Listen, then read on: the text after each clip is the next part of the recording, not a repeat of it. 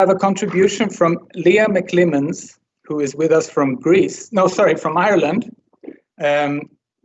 Leah is an associate professor at the philosophy department at the University of South Carolina. She's co-director of the Ann Johnson Institute for Science, Technology and Society. Her research interests lie in the intersection of philosophy of medicine and medical ethics. She's currently working on a book-length manuscript, Patient-Centered Measurement.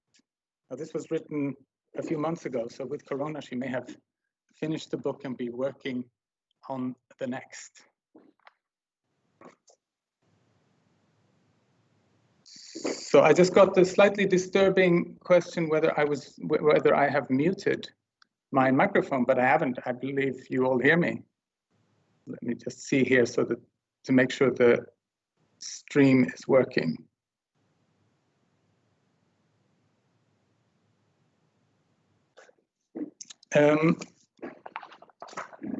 So today's program is packed. We have oh yes, sorry. After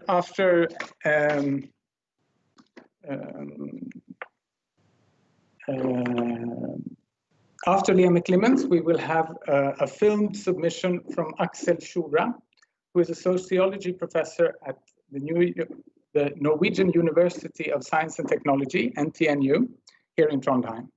And he is leader of the Workers' Association Sociologisk Polyclinic. So he runs a sociological polyclinic in Trondheim. He also has a filmed submission, and his submission will be is in Norwegian. And so you will have to wait for the book to see the translated version of his presentation. After Axel Schura, Sofia Evstati will have her presentation, and after that, we will have a short discussion about some of the topics that have come up in the different presentations. Now, it's possible to submit questions via the chat on YouTube, on the museum's YouTube channel, and those will be gathered in and addressed at the end of today's talks. There are also some people in the museum watching inside the exhibition, and it's also possible to submit questions during the talks, and they will be addressed at the discussion at the end of today's session. The exhibition Beyond Measure brings together artists who in different ways use or question or play with forms of ideas of measuring. An important source of inspiration for the exhibition was the Swedish philosopher Jonna Bornemark's book, De omätbaras renässans, roughly the Renaissance of the immeasurable. In her book, she looks at three philosophers in the early modern period, Nicholas of Cusa, Giordano Bruno, and René Descartes, and their philosophies of knowledge in relation to measuring. At the same time, Bornemark delivers an outraged and furious reckoning with the misuses of measuring in today's healthcare, education, and public administration systems. These are, simply put, obsessed with counting and quantitative indicators and represent a devaluing of experience, personal judgment, and essential aspects of, for example, nursing and teaching that are difficult or impossible to quantify or reduce to equal units of production. The examples are Swedish, but many of the problems she takes up are common, at least in an European American context. What Bornemark proposes is that we use Cusanos, Bruno, and even a correct or more nuanced reading of René Descartes as remedies for the harmful consequences of the administrative ideology, sometimes referred to as new public management. Now, many of the issues that Bornemark raises will be addressed later in I believe, Leah McLeland's talks, and also I know Axel Shura's talk is centered around some of these issues. I will start off by making a kind of historical introduction to the subject of measuring in contemporary art. And I will shortly switch to PowerPoint mode. Different forms of measuring or strategies related to measuring come to the fore in art in the early 1960s for a number of reasons and with different implications. Developments within art itself motivated an exploration of methods and forms that somehow minimized or went against modernist conceptions.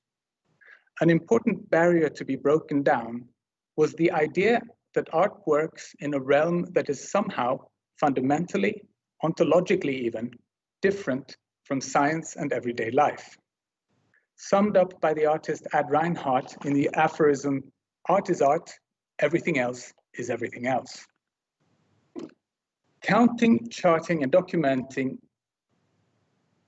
in the artworks, for example, of Onkawara's Day series and I Went and I Met series, formed a kind of bluntly empirical and objective alternative opposition to expression and sublime inspiration.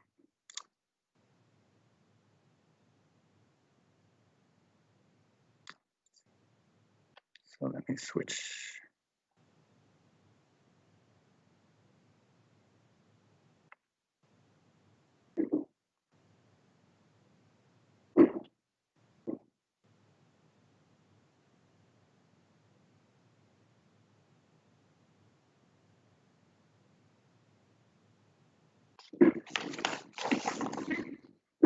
Sophia, can you give me a thumbs up if this looks good? Thank you. The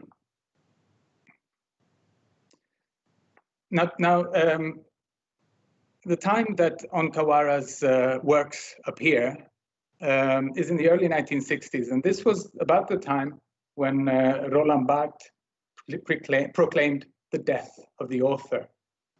The charting of objective parameters, time in the Day series, paintings of the date according to a strict formula, which were accompanied by a newspaper from the place where Kawara painted it, and from the day that he painted the painting. And space was also addressed in the I Went series, which has documentations of the artist's movements in a certain day. He also charted in a separate series, I Met, the people that he met on different days. But all of these are, of course, strictly objective parameters that could have been found out by other people. And for Kawara, this serves as a kind of Zen corrective of the obsession with artists' biography that surrounded figures such as Picasso, for example.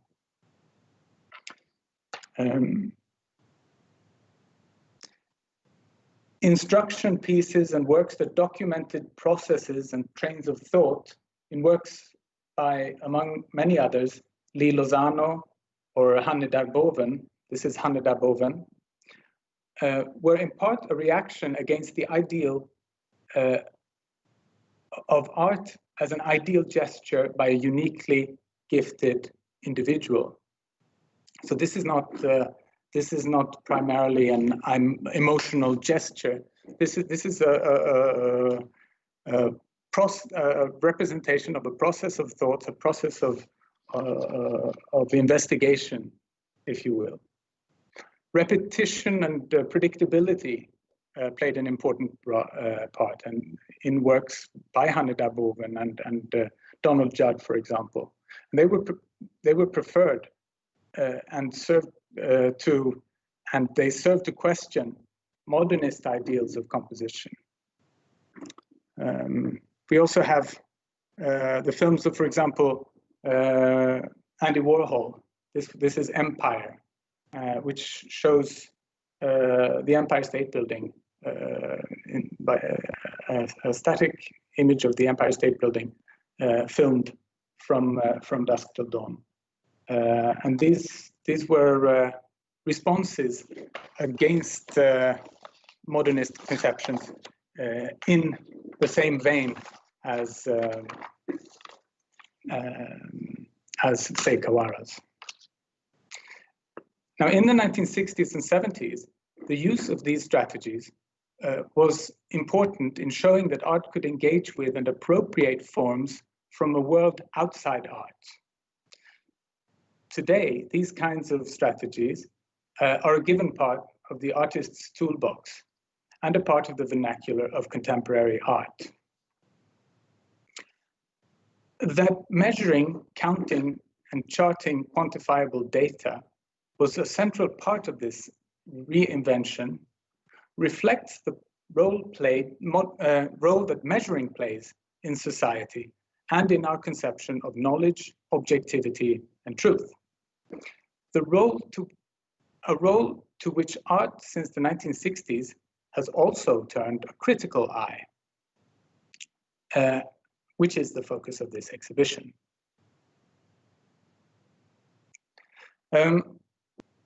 Norwegian artist Toril Johannessen's diagrams in the series Words and Years show how alluring numbers can be.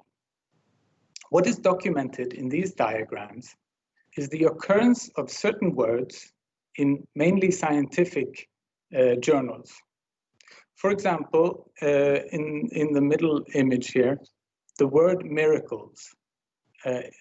What is shown in the diagram is how many times it appears in the journals Nature and the journal Science over time. It's not a charting of the occurrence of miracles in Nature or Science. But then, of course, the question that we can't really be sure of is, or is it? I mean, what is the relation of the occurrence of the word miracles in scientific journals to the occurrence of supposed or actual miracles? In the same way, hope and reality in the journal Political Science. I mean, obviously, the occurrence of the word hope, as opposed to the occurrence of the word reality, I mean, what we can know from counting the words is only the counting of the words, but maybe it does reflect something in the world outside the journals and outside the measuring. Now, the mind is constantly searching for connections. That's what our minds are made to do or created to do. And for that reason, the mind also tends to cut corners, jump to conclusions. In Alexander Guttke's work, Singularity, for example, a 16mm film showing measuring tape pulled at an even pace is projected on the wall. You can just see the image of the measuring tape in the small projection in the corner there. The film that is being projected is looped around the walls of the room, along the floor, up to the ceiling, over doors, and then back into the projector, and then projected near the floor in the corner of the room, as we see in the picture. Now, seeing the measuring tape in the film roll by at roughly the same speed as the film runs through the projector, it's nearly impossible to shake the illusion that this is the measuring tape that is just simply being, the projector is simply shining a light through the measuring tape, and the measuring tape runs around and measures the room. But if we consider what is actually on the film, it's completely different. I mean, it's a frame by frame film of, in the usual sense of this measuring tape being pulled for the purpose of filming it. So what we end up with here, or what Alexander Gutke has created, is a kind of show, don't tell, playful reminder that we need to see and question how operations of measuring are not the same thing as what we interpret. So he's sowing a seed of doubt about operating mechanisms, and also, of course, creating a kind of cool illusion. At the same time, measuring and relating to our surroundings, or relating our surroundings to our bodies and the passing of time, is a central part of how we relate to and understand the world around us. In this work, we see Oddvar Daren, and this is a work from 1982 called "Measuring the Depth of Snow." So what he has done is he's out in the snow, and he has he digs a hole and takes out a block of snow, and then he gets into the hole and he presses he takes an image and then goes back, digs out another hole, and so on, and creates a kind of measuring operation. And this is a reflection of something that we on one level do all the time.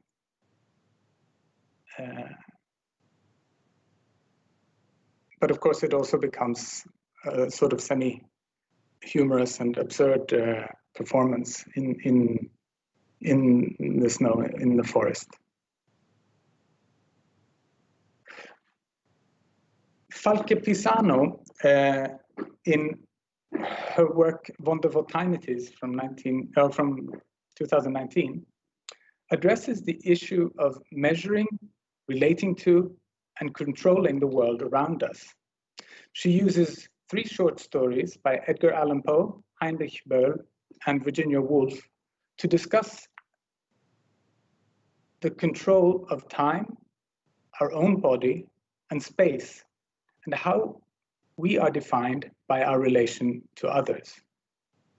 In video essays, wall drawings, and a kind of collages that look a little bit like visual aids from primary school. You can see these little elements that are actually hanging on the wall, hanging loosely on the wall, the mirror, the furniture, and so on. Through these, we can follow her thoughts and interpretations of these short stories and the themes that they address. Now, these together create a kind of performative model for us to follow. A dotted line meanders through the rooms of the exhibition, from station to station, from story to story, and invite us to reflect around these themes: perspective, measuring, and controlling how others see us, and how we divide our physical existence. The issues of control and pedantry raised in Jonna Bornemark's book resonate in Meric Algun's work, Billboards.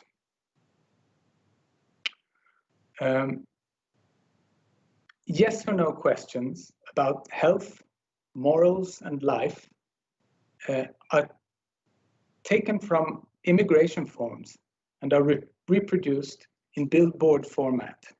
Are you and your partner living in a genuine and stable partnership?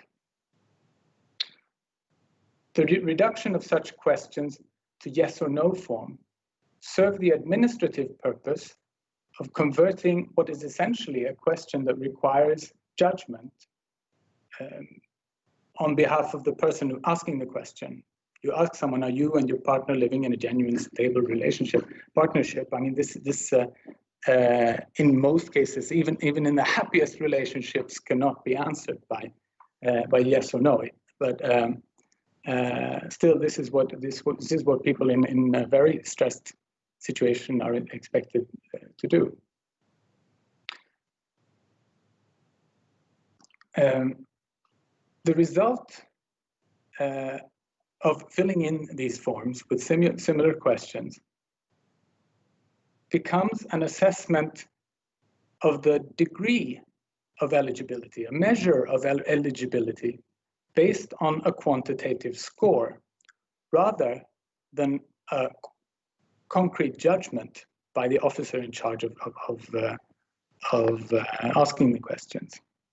Enough yeses in the right place and you're eligible. A no in the wrong place and you're not. The reproduction of these questions out of context serves to emphasize how absurdly intrusive the yes or no format makes them. Today, these questions are preliminaries to interviews.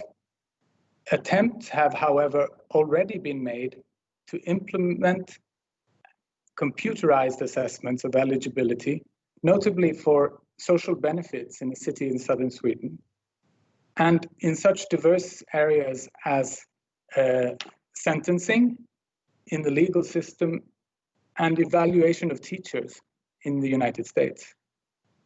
Algün's billboards show at a glance how problematic this is. This and related topics will be discussed more at length in Lea McClemens and other talks later today.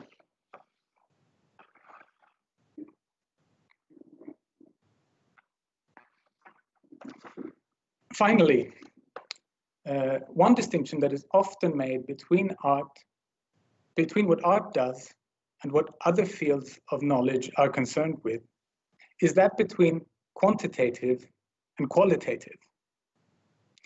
Artistic value, it is said, cannot be measured. Yet it is sometimes expressed in quantitative terms, not only in silly things such as the ranking of the top 50 or top 500 artists. I have a Facebook friend who has been neck and neck with Rembrandt on one such list and just passed him about a week ago. But it's not only these sort of banal or trivial examples, but also the very words and ideas about greatness and absoluteness and the words used about art and artists, the greatest, unique, the most sensitive, intense, provocative, insightful, etc. All of these have an element of a quantity to express extreme quality. The idea that artists are capable of both experiencing and expressing emotions more deeply and to a greater extent than, so to speak, normal people, is often parodied in the works of Ragnar Kjartansson. This is done by endless repetition and durational excess. In his work, Scenes from Western Culture, which is included in this exhibition, he employs outrageous quantity to different ends. 9 films of varying length show Western culture at its creamiest. Arriving in a speedboat on an alt lake, a couple conversing, let me see if I have a picture, yes, conversing over a pretty slow dinner at a luxury restaurant. Rich German kids, we are informed that there are rich German kids in the title, playing in a park. The scenes are inviting. Even the less spectacular scenes, a guitar lesson or a dog sleeping under a clock. But excess is in the form of excessive length and repetition, and it becomes too much. A man in a dinner jacket stands around waiting, and there's, now this is a still from the film, but he stands around for over 3 hours. And I haven't had the patience to watch all 3 hours, but I think there's possibly 1 or 2 cuts during this whole 3 hours. And he doesn't seem in the least perturbed. The speedboat that we saw in the earlier frame keeps reappearing and letting off the girl at the jetty. And the film isn't looped, but this scene, by the beautiful Alp Lake and with her beautiful dress and with the boat, is repeated again and again and again, senselessly. So this kind of feeling of too much, and the critique that it conveys of Western culture and how we reproduce these images for ourselves, even long after our appetite is sated. So the cult of the biggest and the greatest, the world record, can obscure actual values. Vidar Laven's non-record attempt has 2 parts. One is, or was at the time of its creation, the world's 2nd largest teddy bear. The other is the world's 2nd smallest. Now, what's the difference between making the world's biggest and the world's 2nd biggest teddy bear, or just making a very big one? In our culture, the first has something heroic about it, while the other alternatives have something vaguely unambitious about them. Something of sort of not trying hard enough. And I think that Vidar Laven wants to argue that you know there's what's wrong with good enough, and why this struggling for the biggest or the smallest. The development today towards a society where actions and the consequences of actions are not judged or addressed as such, but divided into units, makes critical investigations what measuring can do and what measuring cannot do literally a question of life and death. Here, art is a reminder that there are essential aspects of human knowledge that cannot be reduced to simple measures, that counting and weighing and measuring, for all that they can help us do, are human activities and prone to human failures. Art, again, or still, points out to us that we need to start looking less at what can be counted and more at what can be known. And that is the theme of this exhibition. Thank you.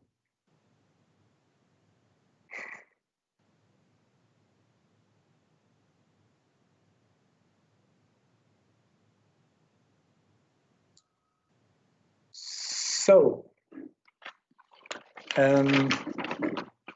we're running a little bit behind schedule because we had some technical difficulties at the beginning.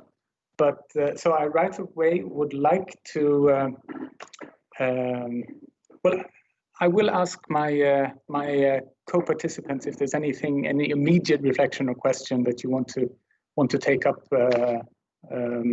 right now. Or if not, we can save it and think about it until the discussion at the end. And so please, Ray Monk, the floor or the screen or the little part of Teams is yours. Okay, thank you. I'd like to start by saying how sad I am not to be in Trondheim. I've been there a few times and I love it, and I would have really liked to have been there to see the exhibition, to see Sophia again, and to meet all the contributors to this interesting event. However, this is the second best thing. My contribution to the volume and to this series of talks is called The Imponderable, Wittgenstein on Scientism. And I have some slides which I'm hoping to show. Can you see them? Good. Okay, let's start. Listen to the science, Greta Thunberg has repeatedly urged policymakers. And she's right, of course. When it comes to climate change, our politicians have paid far too little attention to what scientists have been saying to them with increasing urgency since the 1970s. Climate science deals with ponderables, measurables. How much carbon dioxide have we emitted into the atmosphere? How much has the average global temperature risen since 1870? And so on. And these have been pondered and measured for a long time. The notion of a greenhouse effect was put forward as long ago as 1824 by the French scientist Fourier. In the 1850s, the ability of specific gases, most notably carbon dioxide, to absorb and then radiate thermal radiation was investigated by the Irish scientist John Tyndall. And then at the end of the 19th century, the Swedish chemist Svante Arrhenius, a distant relative, by the way, of Greta Thunberg's, made calculations relating the emission by human beings of carbon dioxide and the raising of the global average temperature. His calculation was that a doubling of atmospheric carbon dioxide would give a warning of about 5 degrees centigrade, which is pretty close to what has been established since. Arrhenius, however, thought that it would take thousands of years to happen and that it would be a good thing if and when it did. In more recent decades, it has been realized by scientists, if not by politicians, how calamitous such warming would be. So here we have a cartoon with the IPCC publishing reports every 5 or 6 years, warning policymakers of the seriousness of the situation. And every report gets a little bit more urgent, and every time they issue one of these reports, almost nothing happens. So, in the area of climate change, we should indeed listen to the science. In fact, our very survival may depend on it. Our understanding of the causes and consequences of climate change has increased over the years, largely because of measurable quantities and relationships, not only between carbon emissions and temperature, but also between temperature rises and extreme weather events, such as heat waves, flooding, drought, hurricanes, and so on. We can also use quantitative methods to improve our understanding of the connection between levels of carbon in the atmosphere and that between average global temperatures and sea level rises. Modelling climate change is difficult and complex, but not because we are dealing with things that are inherently non-quantifiable, but because there are so many factors that we have to take into account. Despite this complexity, however, it is possible to investigate climate change scientifically, and governments would indeed do well to take notice of these investigations. And of course, the same thing applies to pandemics, as we've discovered in the last few months. The countries that have handled the pandemic the best have been those that have listened to the scientists, listened to the advice of the epidemiologists, and responded accordingly with lockdowns, with social distancing measures, and so on. And the countries that have ignored the advice of scientists have paid the penalty of, I would estimate, hundreds of thousands of perfectly avoidable deaths. However, we should all do well to remember that scientific understanding is not the only kind of understanding. The view that it is the only kind of understanding is called scientism. And in my opinion, one of the most effective antidotes to that view is contained in the work of Ludwig Wittgenstein. Though Wittgenstein's philosophical thought underwent significant and even fundamental changes between his early and his later work, his opposition to scientism was constant.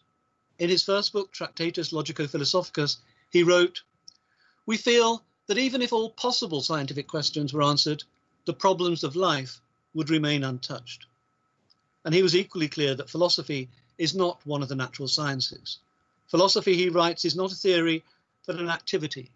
The activity of striving not after scientific truth, but after conceptual clarity. In the Tractatus, this clarity was to be achieved through a correct understanding of the logical form of language, which once achieved was destined to remain inexpressible, leading Wittgenstein famously to compare his own philosophical propositions with a ladder, which is thrown away once it has been used to climb up on. In his later work, Wittgenstein abandoned this idea of logical form, and with it the notion of ineffable, inexpressible truths. The difference between science and philosophy, he now believed, is not the difference between two sets of truths, one expressible in language and the other not, one which can be stated and the other only shown. Rather, the difference is between two very distinct forms of understanding, the theoretical and the non-theoretical. Scientific understanding is given through the construction and testing of hypotheses and theories. Philosophical understanding, on the other hand, is resolutely non-theoretical. What we are after in philosophy, according to Wittgenstein, is the understanding that consists in seeing connections. And he was fascinated by Galtonian photographs, and he actually had one made. This is a composite photograph on the left here, made up of the 4 photographs of himself, bottom right, and his 3 sisters, Hermina, Helena, and Gretel. And he superimposed one photograph on top of the other. So if you look at the photograph on the left, you can see at the bottom there, you've got Hermina's necktie, you've got Gretel's necklace, and Ludwig's open neck shirt.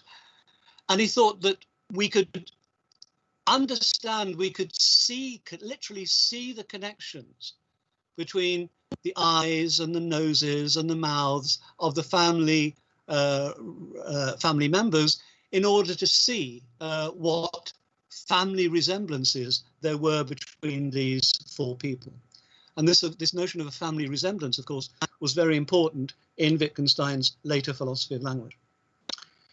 In appealing to this later kind of understanding, Wittgenstein was not, as he was in the Tractatus, invoking a mysterious and esoteric kind of ineffable truth. If we want examples of non-theoretical understanding, they lie readily to hand in ordinary life, for it is the kind of understanding we typically have in mind when we say that we understand a poem, a piece of music, a person, or even a sentence.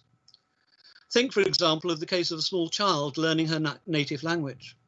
When she begins to understand what is said to her, is it because she has formulated a theory? No. In order to show that she has understood, she does not have to convince us of the truth of a particular theory. Rather, we see that she has understood by seeing how she behaves. We can, and very often do, use the notion of understanding outside the context of science and theory construction. Another example, and one very close to Wittgenstein's heart, is that of understanding music. How does one demonstrate an understanding of a piece of music? Well, perhaps by playing it expressively, or by using the right sort of metaphors to describe it. This phrase is like a question, this one like a conclusion, and so on. And how does one explain what expressive playing is? What is needed for this, says Wittgenstein, is a culture. If someone is brought up in a particular culture and then reacts to music in such and such a way, you can teach him the use of the phrase expressive playing, he writes in Culture and Value.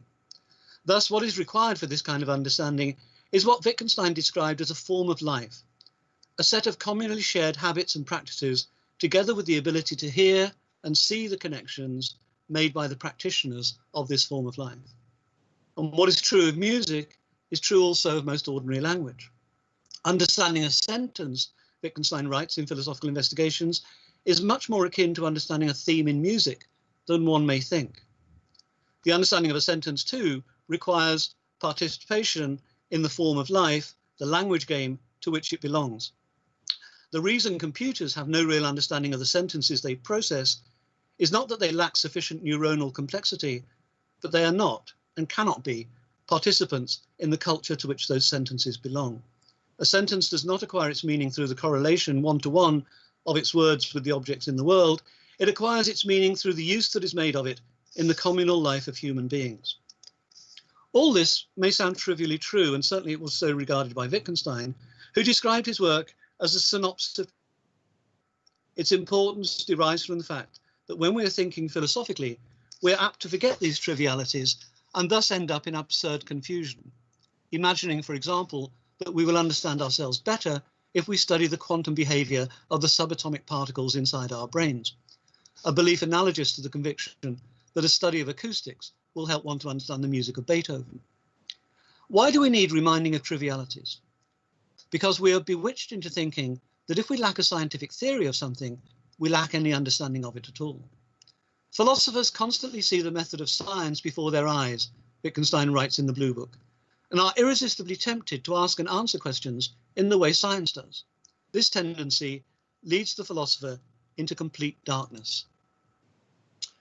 One of the most important differences between the method of science and the non-theoretical understanding that is exemplified in music, art, philosophy, and ordinary life is that science aims at a level of generality that necessarily eludes these other forms of understanding. And this is why the understanding of people can never be a science. To understand a person is to be able to tell, for example, whether he means what he says or not, whether her expressions of feeling are genuine or feigned. And how does one acquire this sort of understanding? This is the question Wittgenstein raises right at the end of Philosophical Investigations. Is there, he asks, such a thing as expert judgment about the genuineness of expressions of feeling? Yes, he answers, there is. Even here, there are those whose judgment is better and those whose judgment is worse. Correcter prognoses will generally issue from the judgments of those with better knowledge of mankind. Can one learn this knowledge? Yes, some can. Not, however, by taking a course in it, but through experience. Can someone else be a man's teacher in this? Certainly. From time to time, he gives them the right tip. This is what learning and teaching are like here. The evidence upon which expert judgments about people are based is, according to Wittgenstein, imponderable, resistant to the general formulations characteristic of science, or even to the weighing up characteristic of legal evidence. Imponderable evidence, Wittgenstein writes, includes subtleties of glance, of gesture, of tone.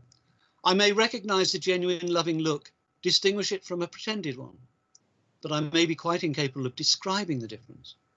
If I were a very talented painter, I might conceivably represent the genuine and the simulated glance in pictures. But the fact that we're dealing here with imponderables should not mislead us into believing that all claims to understand people are spurious or built upon shaky foundations. When Wittgenstein was once discussing his favorite novel, The Brothers Karamazov, with his friend Maurice Drury, Drury mentioned that he found the character of Father Zosima extremely impressive. Of Zosima, Dostoevsky writes, "It was said that by permitting everyone for so many years to come to bare their hearts and beg his advice and healing words, he had absorbed so many secrets, sorrows, and avowals into his soul that in the end he had acquired so fine a perception that he could tell at the first glance from the face of a stranger what he had come for, what he wanted, and what kind of torment racked his conscience." Yes, replied Wittgenstein, there really have been people like that, who could see directly into the souls of other people and advise them. An inner process stands in need of outward criteria, runs one of the most often quoted aphorisms of Philosophical Investigations. It is less often realized what an emphasis Wittgenstein placed on the need for sensitive perception of those outward criteria in all their imponderability. And where does one find such acute sensitivity? Not typically in the works of psychologists, but in those of the great artists, musicians, and novelists.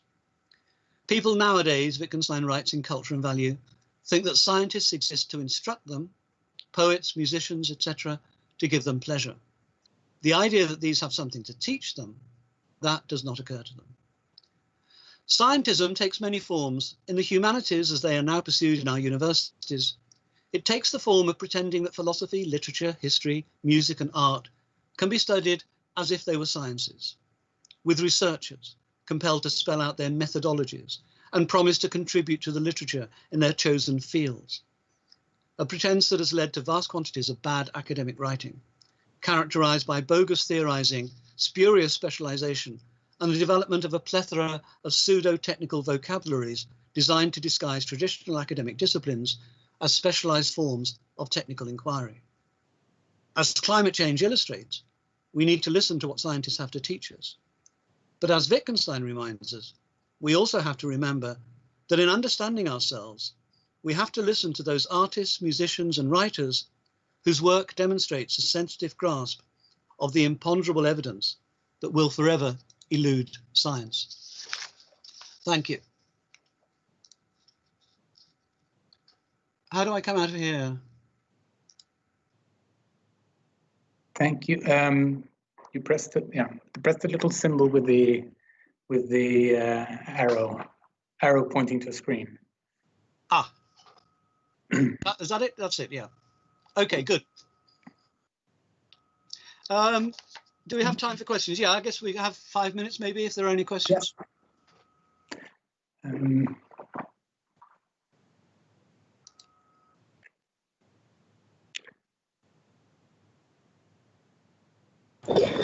Ray, I'm wondering what Wittgenstein would say about social sciences like psychology and these fields of attempting to understand people, yeah, for example. He wrote a great deal about psychology. Mm-hmm. A large part of the last bit of Philosophical Investigations concerns psychology, and what he's there concerned to develop is the idea that psychology as a science is misguided, because he says method and subject matter pass each other by. We have the scientific method applied to the attempt to understand persons, which is never going to work. So you might discover all kinds of things by applying the scientific method to people, but what you're not going to achieve is the understanding of those people. Interesting. Thanks.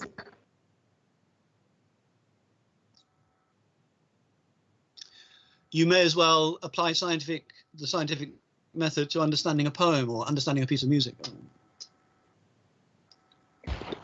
I'm thinking about the Dostoevsky novel and this idea that a lot of that experience gives us a deepened understanding and a kind of understanding that perhaps is not comparable to science, but rather based on the imponderables, as Wittgenstein calls them. Now, just experience is perhaps the thing that is most missing to us right now in relation to COVID-19 and the current situation. So I mean, so what we have is all of this data coming in, all of this measuring, but very little of the experience and the kind of intuitive and imponderable knowledge. That's a very interesting point. After all, the people we understand best are those that we spend most time with. And so the kind of experience that's necessary for understanding, for developing an understanding of imponderables, is the experience of just being with people, listening to their tones of voice, looking at their facial expressions, just being with them. And it's I haven't thought about this, but it's very interesting that the social distancing that's required in the COVID crisis prevents us from acquiring that. And I think that is related to the growth of mental problems that has been a consequence of the COVID crisis. We need other people. We need other people to understand us, and we need to understand other people, and we need to do things with other people. And I think there is a sense in which a lot of us are going a bit crazy because we're not experiencing that thing. And I think that's a very interesting point. Thank you very much. I had another question, but I don't know how much time we have, Johan. I was thinking when you were talking about psychology and the limits of psychology, in a way, if you think about, I wonder what you would have said about animals. because, you know, if you think about the scientific study of these animal organisms, right, there is a different way of understanding an individual animal, right? Like an animal you live with versus understanding the species characteristics, Exactly. studying the ethology, etc. So, you know, one could say that, you know, perhaps, I'm not sure, but the practices that he was critical of in psychology would be those aiming to come to generalizations and laws, etc. Yeah, so I was wondering if that critique could also apply to the sciences of the living, you know, or other. I would say yes, and I think you're right that a large part of his target is what he calls the craving for generality, you know, and that often with regard to animals, I mean, you know, your lovely Pavlo, for example, it's not dogs we want to understand. It's a relationship with a particular dog that we want to develop most of the time. Now, that's not to say that there's nothing about dogs as a species that is left to know or to understand. Just that that's a very different thing from living with a dog, getting to know the foibles, the fears, the anxieties, the devotions, and so on of a particular dog. It's a very different thing and an essentially non-scientific thing. Yes, I have 2 dogs, so this could very easily turn into a discussion between dog owners. But we have. Let me just say one thing that Wittgenstein says about dogs that always amuses me in philosophical investigations. He says, a dog can expect the return of his master, but can he expect the return of his master next Wednesday? Well, my dog can. We have a question. We have a question from YouTube. Before we go to Leah's talk, we have a question from YouTube. Should not both be used though? Applying psychology in art and art in psychology, why not? I would expect science to give greater understanding of those people we are not with, avoiding some. Oh, sorry, this is 2 different questions. So the first question is: should we not use both psychology in art and use art in psychology? Well, I guess for Wittgenstein, the important thing is not to confuse the two. So, by all means, use both. But I think for Wittgenstein, it's important that you don't get drawn into thinking that art is itself a kind of science. Or I think not many people are drawn into that, but a lot of people are drawn into thinking about philosophy as if it were a science, and that was Wittgenstein's main target. But with regard to using both, sure, why not?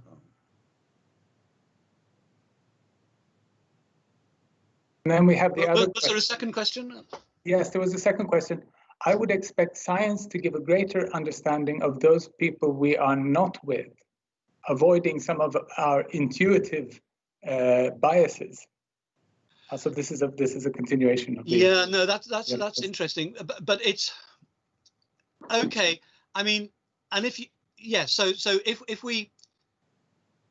we have a scientific investigation of a bunch of people that we are not with, that might tell us all kinds of things, but it's not going to give the kind of understanding that we have of our children, our mothers, and so on and so on. So. And again, the important thing for Wittgenstein is to keep those 2 things apart, not to think that one is the other. They're different kinds of understanding, and I think for Wittgenstein it's crucially important not to confuse one with the other. I think that this is something that we can also maybe come back to in the later discussion, because this also touches on, for example, Meric Alguin's work and this idea of reducing a kind of moral or at least an interaction based on understanding what people understanding, whether someone is lying to you, is fully honest, and also, what might be their reasons that they're not saying for doing this, reducing that instead to a kind of science based on measurable or quantitative handling of knowledge. Right. But I think that now it's high time to go to Henri Bergson in Emily Herring's presentation, Time Beyond Measure, Henri Bergson and the Power of Intuition.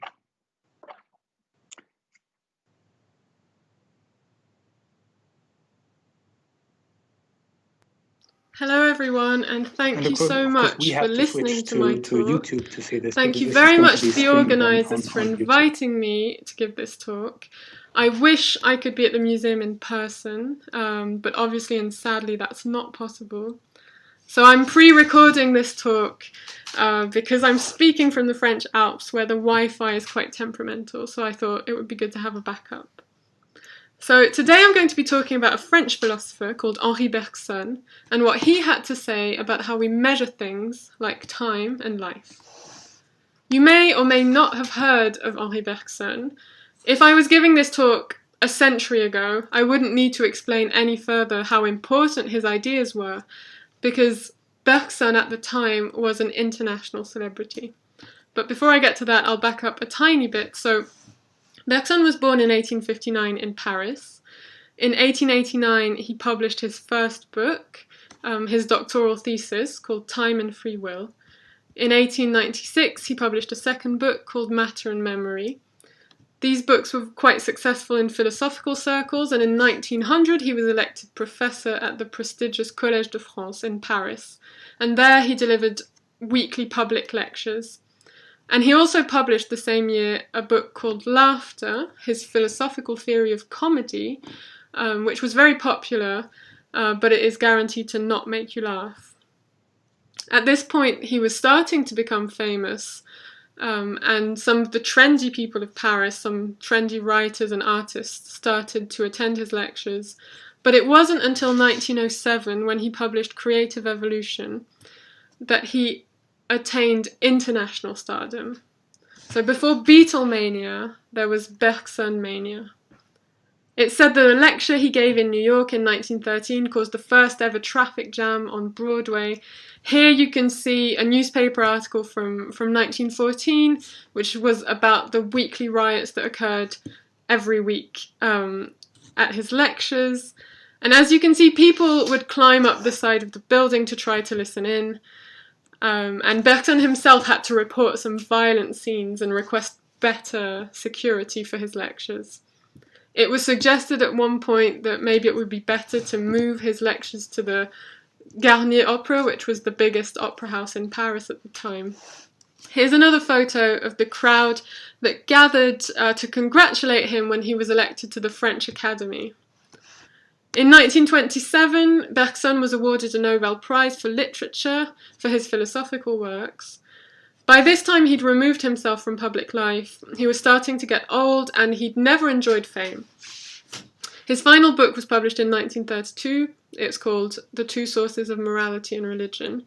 And he died in 1941 in Nazi-occupied Paris after contracting pneumonia, standing in line in the freezing cold, waiting to register as a Jew.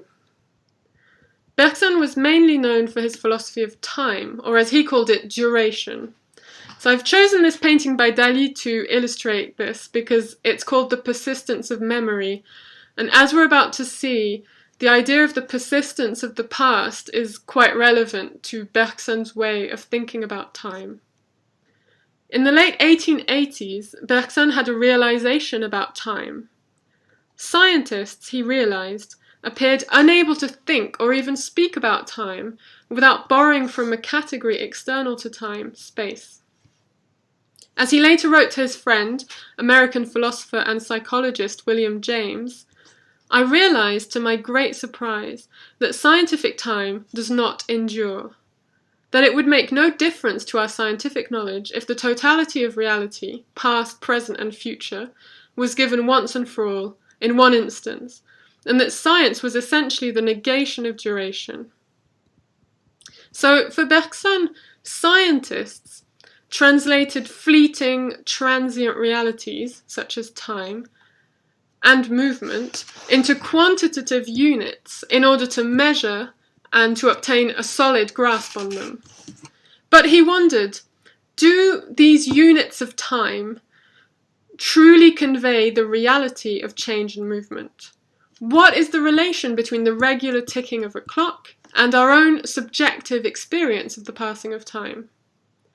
Can scientific categories truly capture the diversity and plasticity of natural phenomena, in particular those pertaining to life and its evolution? From then onwards, Bergson became convinced that to quantify and measure reality was always to denature it, and that beneath the structured veil of logic and rationality lay the unpredictable creative change that was continuously at work in the universe.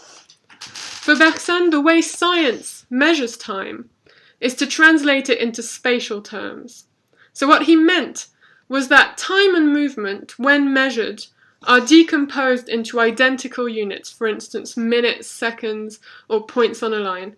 And these units are then juxtaposed, they're placed next to one another as if they are objects in space. These units are seen as interchangeable because they are identical. And this is not, said Bergson, how time is experienced. So to help you understand, picture yourself, for instance, in an art museum, gazing at one of your favourite paintings. As your eyes wander from element to element, as you stand back to take in the composition as a whole, the different moments that constitute this experience are not identical. They're not interchangeable, because you, as you're experiencing the painting, your present experience is being informed by your past experience. In other words, your present impression of the painting contains your first impression of it and all the moments leading up to the present. Here's another analogy. Composers have invented handy systems of symbols to write down and share their musical creations. On the page, musical notes are represented as separate and interchangeable. They can be moved around like objects in space. But annotations on a piece of paper have nothing to do with how the melody lives inside each listener. To the listener, the notes are not a succession of separate parts. Rather, the notes spill into one another, forming a pleasing, cohesive whole. As the music flows, each part of the melody builds upon everything that came before. If you remove or change a single note, it alters the whole piece. For Bergson, the same can be said of our experience of time. Humans have devised practical ways of measuring the continuous flow of time. We divide it into seconds and minutes, we draw lines on graphs, we use language like before and after, but we do not experience the passing of time as a succession of separate moments. Each moment flows into the next. If we could delete portions of our past, our whole personality, our whole experience of the world would be changed. We're used to seeing time represented as a straight line, but it would be more helpful and more accurate, according to Bergson, to think about it like a snowball rolling down a hill, growing bigger as it gathers more snow. As we advance through time, we gather experiences, and our experience as a whole pushes forward as it grows. It's impossible, said Bergson, to delineate clearly between when one event begins and when another ends in lived experience. Real time is not a juxtaposition of moments, it's an accumulation of experience. So this, according to Bergson, did not mean that science had failed. The words and the symbols of science are practical and unavoidable ways of making sense of realities that would otherwise be very hard to grasp, like time. It's the only way we found to obtain results that are useful for our action. How would we make predictions about movement if we couldn't measure it by representing it through these static symbols, by coming up with these devices to measure it? The same can be said, according to Bergson, of everyday language. Most of the time, we don't experience the passing of time as a continuous flow because we're caught up in social and practical requirements. For instance, to communicate our internal states, we use language, and this usually requires us to quantify these states. We'll say, I love you very much, or we'll ask, how painful is this? And in doing so, we treat these internal states as though they are discrete objects with well-defined boundaries. Bergson spent his career attempting to develop philosophical methods which would uncover the ever-flowing nature of reality beyond the requirements of science and everyday language. And this led him to consider the limitations of quantification and measurement, first by looking at psychology, and then later by looking at biological evolution. In Bergson's view, life is one of the expressions of freedom at work in the universe. And his supporters hailed him and his metaphysical interpretation of evolution as a philosophy of hope that contrasted with 19th century materialistic and positivistic philosophical trends, which had presented the universe as a cold, deterministic machine led by blind forces. In Creative Evolution, Bergson extended his theory of duration to vital phenomena. He wrote, "The organism which lives is something that endures. Wherever anything lives, there is open somewhere a register in which time is being inscribed." So for him, in the same way that the continuous flow of psychological states can only be understood through symbols that separate and spatialize them, the temporal reality of life is treated by biologists as though it's something that is inert. As products of an evolutionary history, organisms do not fit easily into the static categories and systems devised by life scientists. In biology, there's no definition that doesn't come with counterexamples. And Bergson wrote in Creative Evolution, "We do indeed feel that not one of the categories of our thought applies exactly to the things of life. Who can say where individuality begins and ends, whether the living being is one or many, whether it is the cells which associate themselves into the organism, or the organism which dissociates itself into cells? In vain we force the living into this or that one of our molds. All the molds crack. They are too narrow, above all too rigid for what we try to put in them." And according to me, one of the most interesting theories in this book is that according to Bergson, there is an evolutionary explanation for why humans tend to quantify and spatialize these phenomena which don't seem to be expressible in those terms, like life and consciousness. For Bergson, the human intellect is the product of an evolutionary history during which humans molded unorganized matter to their advantage to survive. And intelligence arose and evolved through these attempts to understand, manipulate, and measure the external non-living world, to master and control it. This is why the natural tendency of intelligence is to consider things as solid and motionless, even the things which by nature are mobile and versatile.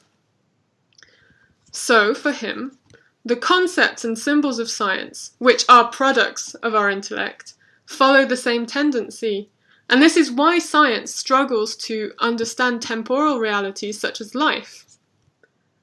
Bergson presented his readers with a paradox. Human intelligence has evolved in such a way that it is bad at understanding evolution.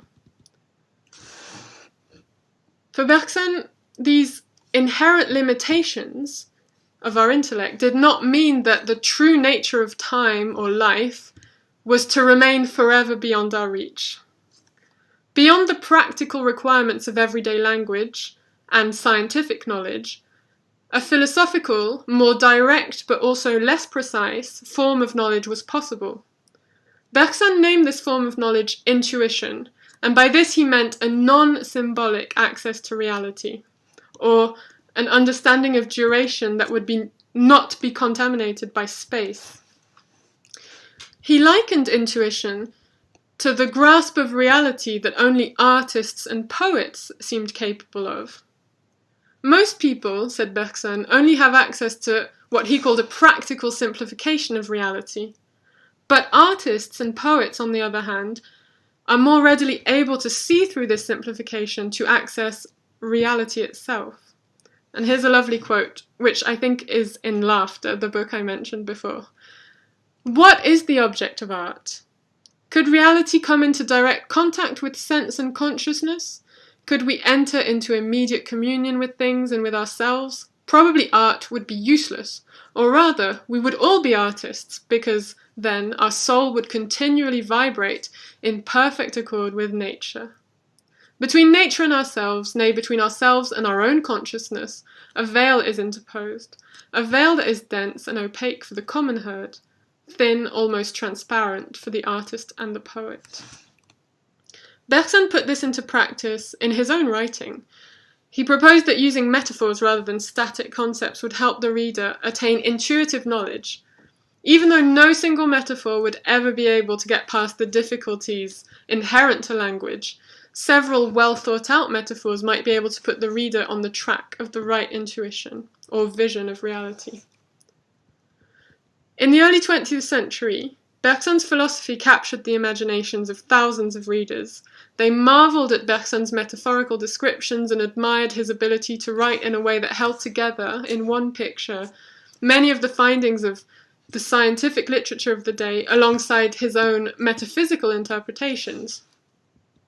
Bergson's book on evolution presented life as freedom and creativity at a time when thinkers craved meaning and wonder in a disenchanted world.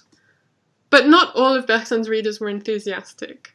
One frequent critique was that Bergson's theories lacked rigor, relied on unverifiable notions, used too many metaphors, and therefore translated a poor understanding of the requirements of positive science. And these concerns persist to this day, and current philosophers, in particular in the English-speaking world, almost never engage with Bergson's thought. I'm trying to say that we should not read Bergson's critique of measurement and quantification as a rejection of science. In Creative Evolution, Bergson argued that philosophy could come to the aid of science by shedding light on the very origins and purpose of measurement and rationality.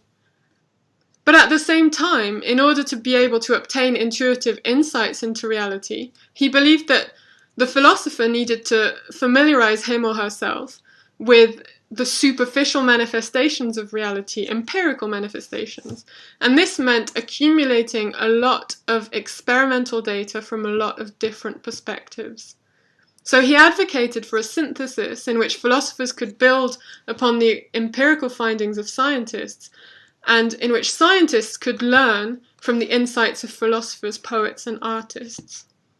This philosophy, I think, therefore gives us tools to think about our current state of affairs, in which empirical science is considered to be superior to all other forms of knowledge combined.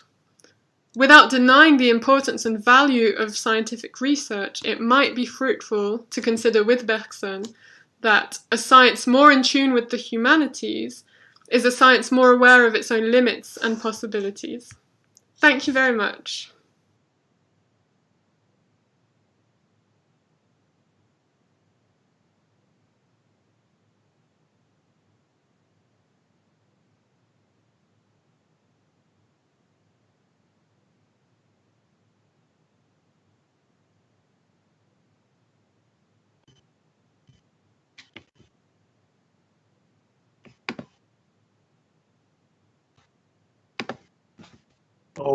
Okay, so thank you, Emily. I have some questions, but I see that we are running a bit late, and I might save them for later. But one of them has to do with what Bergson. I mean, he talks about perspectives. He talks about understanding things in a non-absolute sense. And my question, which you can answer later maybe, how he was influenced by this is the same period as the theory of relativity appears and becomes a kind of a new paradigm for science. But this we will return to at 4:30, because now it is high time to give the proverbial floor to Leah McClemens. Leah?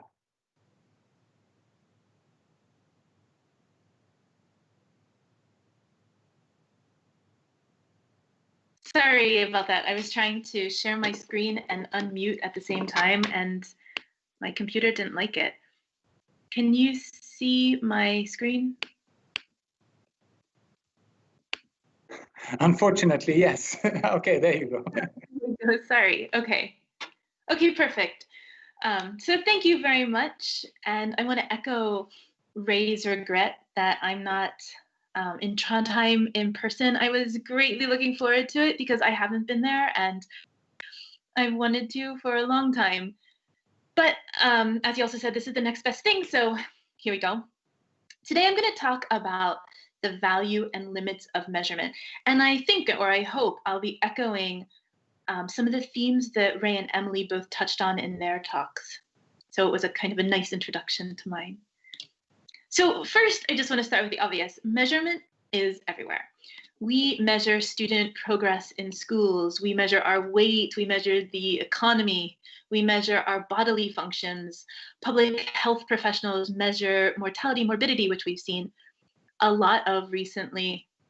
Our bosses measure our performance, and nearly every day we measure the ingredients to make food, or at least most of us do. So measurement is ubiquitous for modern life. Why is this the case? What is the value of measurement? Why is measurement ubiquitous? What good does it do? So I want to suggest, for now anyway, that there are sort of 4 virtues of measurement. One is that it gives us control over the social and the natural world. It is a force for justice, fairness, and nonpartisan decision-making, or at least it aims to do these things. And to help flesh this out, I just want to give a bit of an example of 18th century France, where measurement was not ubiquitous. So in 18th century France, they didn't have standardized weights and measures. So in this context, you went to the pub to get a pint. In Paris, the pint was smaller than when you went to the pub in the country. If you wanted to sell bolts of fabric, how much that fabric was worth depended on what kind of fabric it was. Was it cotton? Was it silk? But not only that, but also what its purpose was for. Was it for wholesale or retail? And other things that were a bit odd was measurings in weight. So a pound of bread may weigh more than a pound of lead. So there was a lot of inconsistencies and idiosyncrasies in how much things were worth in 18th century France. And this, obviously led to certain kinds of problems. So it wasn't always clear how much wealth one had. It was difficult to levy taxes. It also opened up opportunities for those in control of how much something was worth to swindle customers. So at the time, there was a lot of discussion and value placed on establishing measurements. And the value was cast in terms of justice and fairness for common people and a kind of control over the economy. And what was emphasized was nonpartisan decision-making. So you would take the decisions about how much something was worth, how much it was valued, from merchants or government officials who used individual judgment and their own personal values to set the cost or the value of something, and to take that authority and place it into a standard. And so there was a lot of discussion about what that standard ought to be, and it had to be something that was not human. And so eventually they settle on the meter. But to establish the length of the meter, they went to great lengths to make sure that this was nonpartisan, going so far as to send 2 astronomers out to measure the length of the Earth from the equator to the poles. And the idea is once we knew what that length was, then we would take 1/10 millionth of that length, and that would be the length of the meter. So the details aren't important. 1/10 millionth of the length of the Earth, that's not important. But what is important to remember here is that it was taking the authority, like what is the length of the meter, from decisions that humans would make and putting it somewhere else, right? Putting it in something eternal, universal, which in this case was a portion of the length of the Earth. This was nonpartisan, so you're taking decision from humans and placing it in essentially a technology, a standard.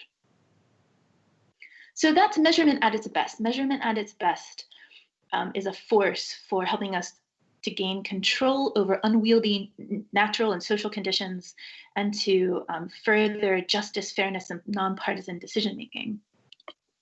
But there are, of course, limits with measurement. And I want to sort of give some examples to flesh this out with secondary school students. So measurement works by abstracting away from concrete things. So you abstract away from individual students who are very different, not just in terms of their eye color or their hair color or their size, but also in terms of their background, their race, their ethnicity, their socioeconomic situation. You abstract away from all these individual differences to something that they might all have in common. And in the case of secondary school students, we often abstract away from their individual differences to something like college readiness. You can also think of something simpler like loaves of bread. We have no 2 loaves of bread are the same. You have round, smooth loaves of bread. You have square, rough loaves of bread. You have loaves of bread that are soft crusts and loaves of bread that have hard crusts. But we abstract away from all those individual differences and we measure them in terms of, say, their weight. And when we do that, we put them on a scale where each individual loaf gets a place on that scale, but their individual differences are abstracted away in terms of just their position on that scale. And so we do the same thing with secondary school students. We abstract away from individual differences. We put them on a scale of college readiness. And that's what we're doing when we have them sit the SATs or they do their A-levels, or in Ireland, they do something called the Leaving Cert. We're trying to figure out how ready they are for university.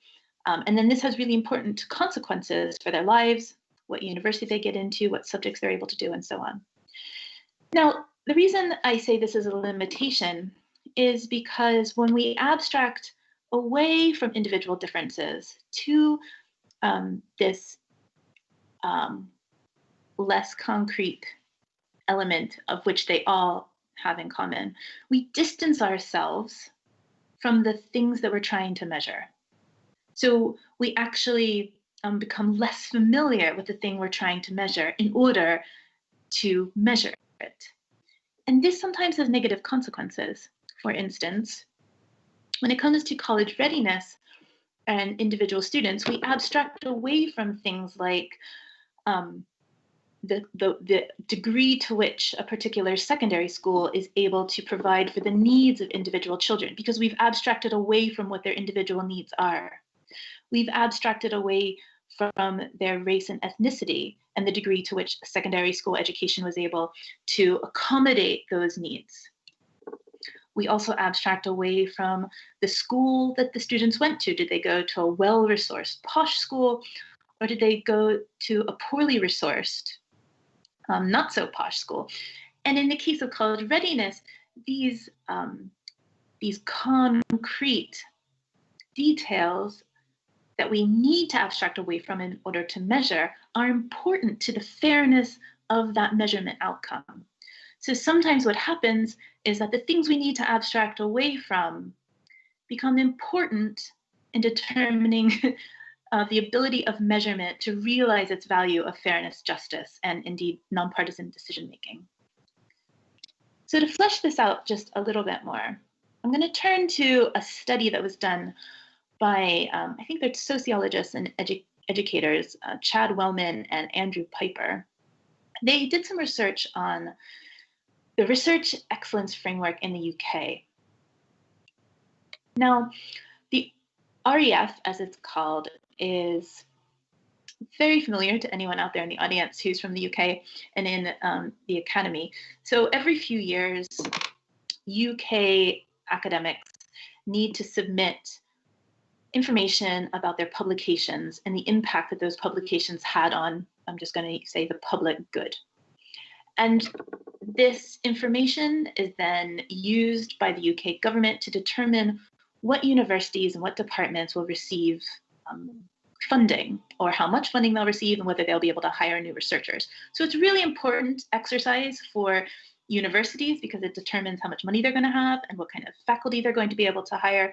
It also has impact on what kinds of research is valued and what kinds of research we will see in the future.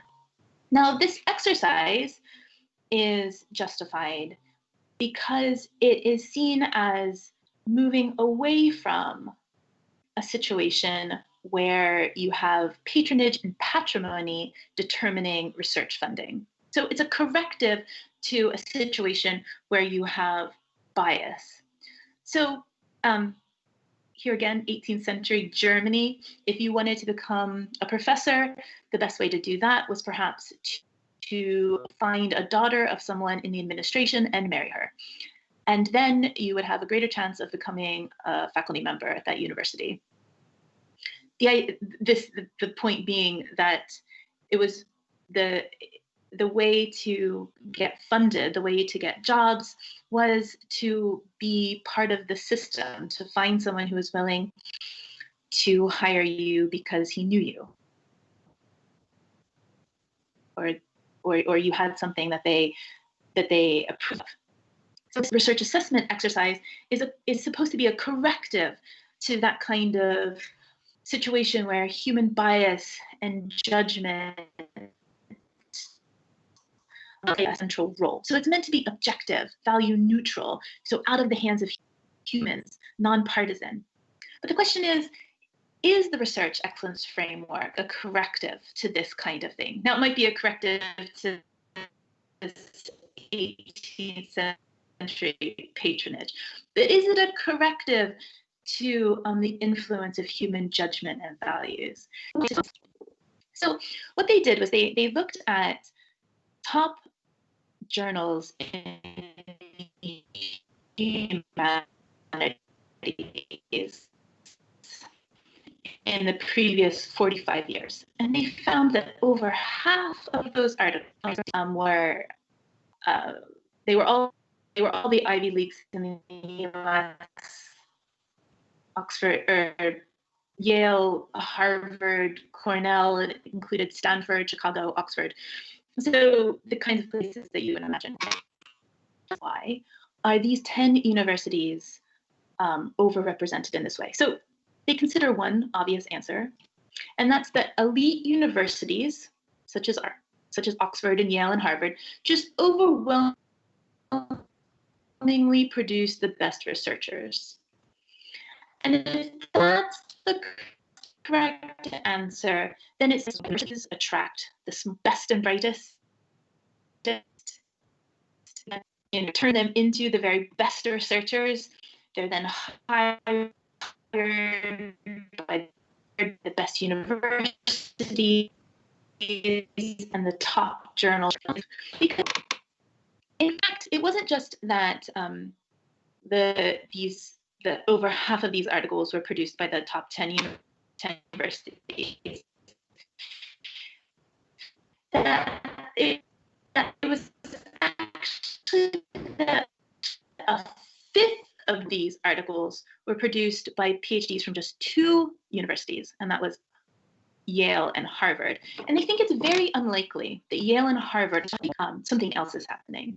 They think it's more likely that PhDs in elite universities have opportunities to mix with elite professors from their own university and other elite universities. And that in mixing with this community, they're able to share their research, get help developing their research. And then when they apply to these kinds of journals, the people that are editing those journals are the same people that they've been mixing with. And the people that they've been mixing with and the editors of these journals are now familiar with their research, feel partially invested in their research, have friends who know about their research, and they publish it because it's familiar and they think it's very good. But part of the reason they think it's very good is because it's familiar and it was presented to them in a context of elite universities and friends who also work at elite universities. So the idea here is that the measurement, the research excellence framework and other kinds of measures like this hide the kind of human values and judgment that bias the measurement outcomes. And you can only see that bias when you kind of pull back and see how the cheese is made, to see how the measures themselves work. Now, Ted Porter is a historian of science, and he's written an excellent book called Trust in Numbers.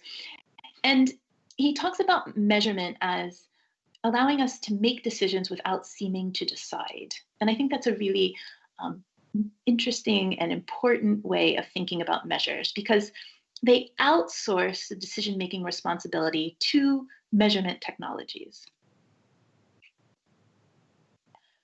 Measures realize their value of justice, fairness, and so on by placing their authority in standards, not people.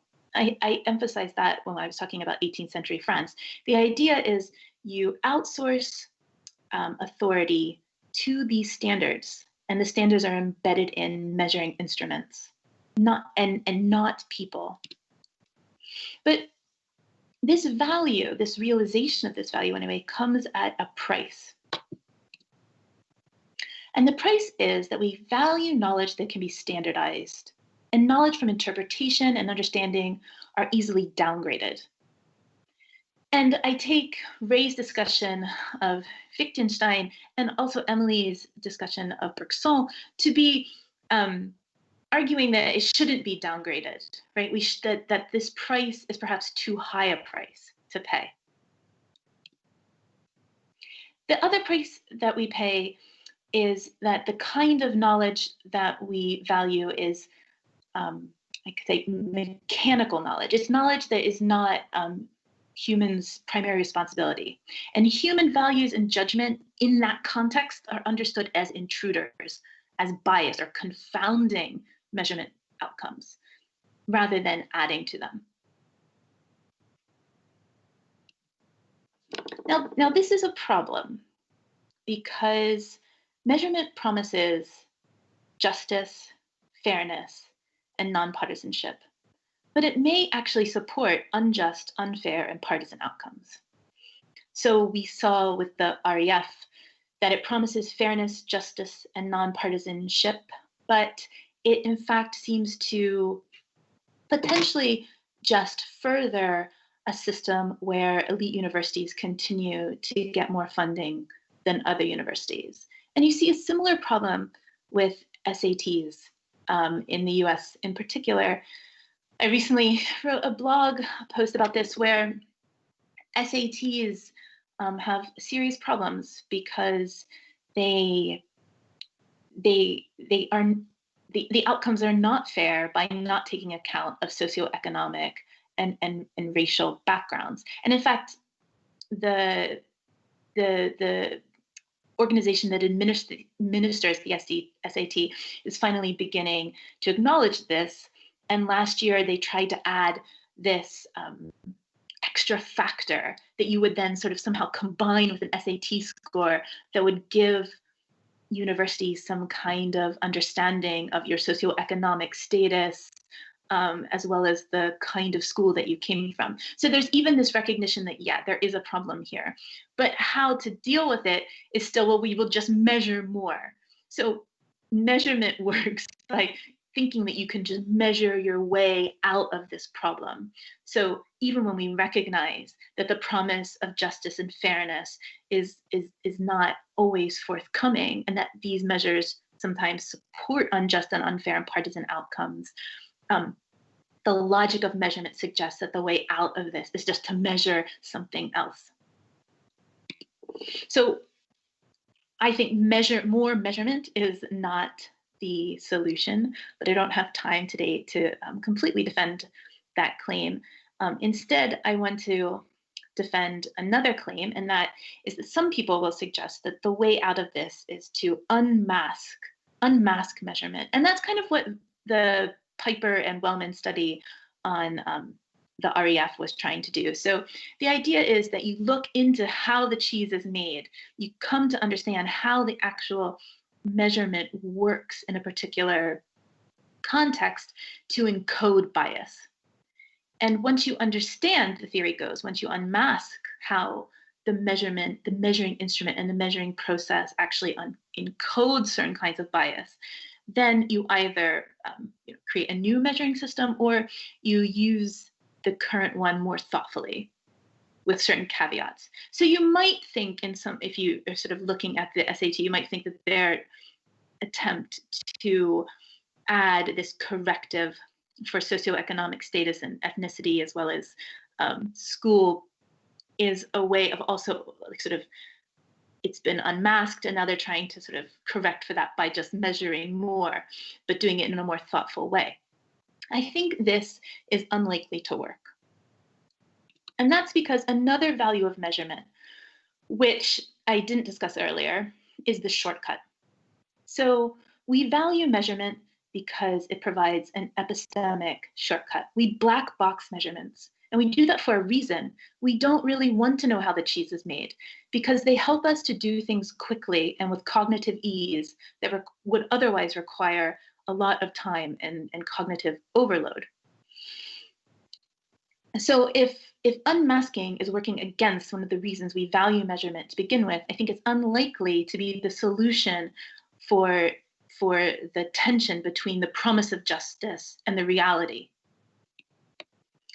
So what instead? Well, I think we need to measure with our eyes wide open. And I think this conclusion dovetails nicely again with Wittgenstein and Bergson. So measurement is valuable, but it cannot save us from ourselves.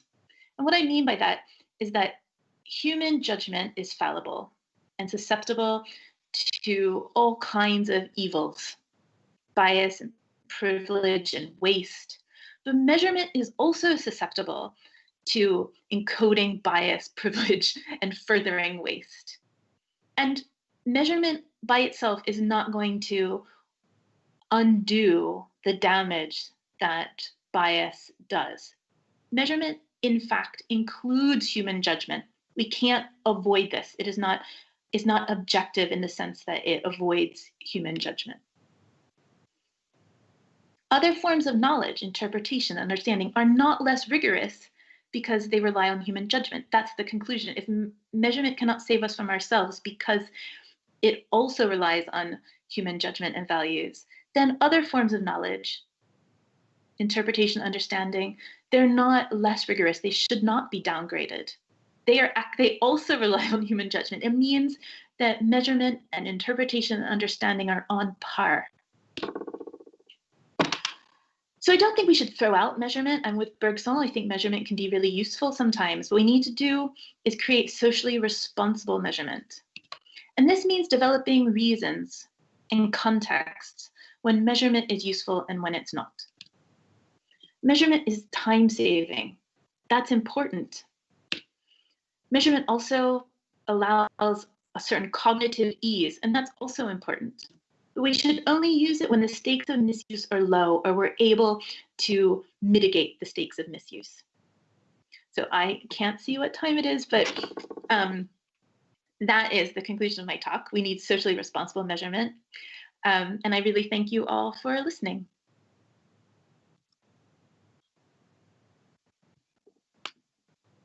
Thank you very much.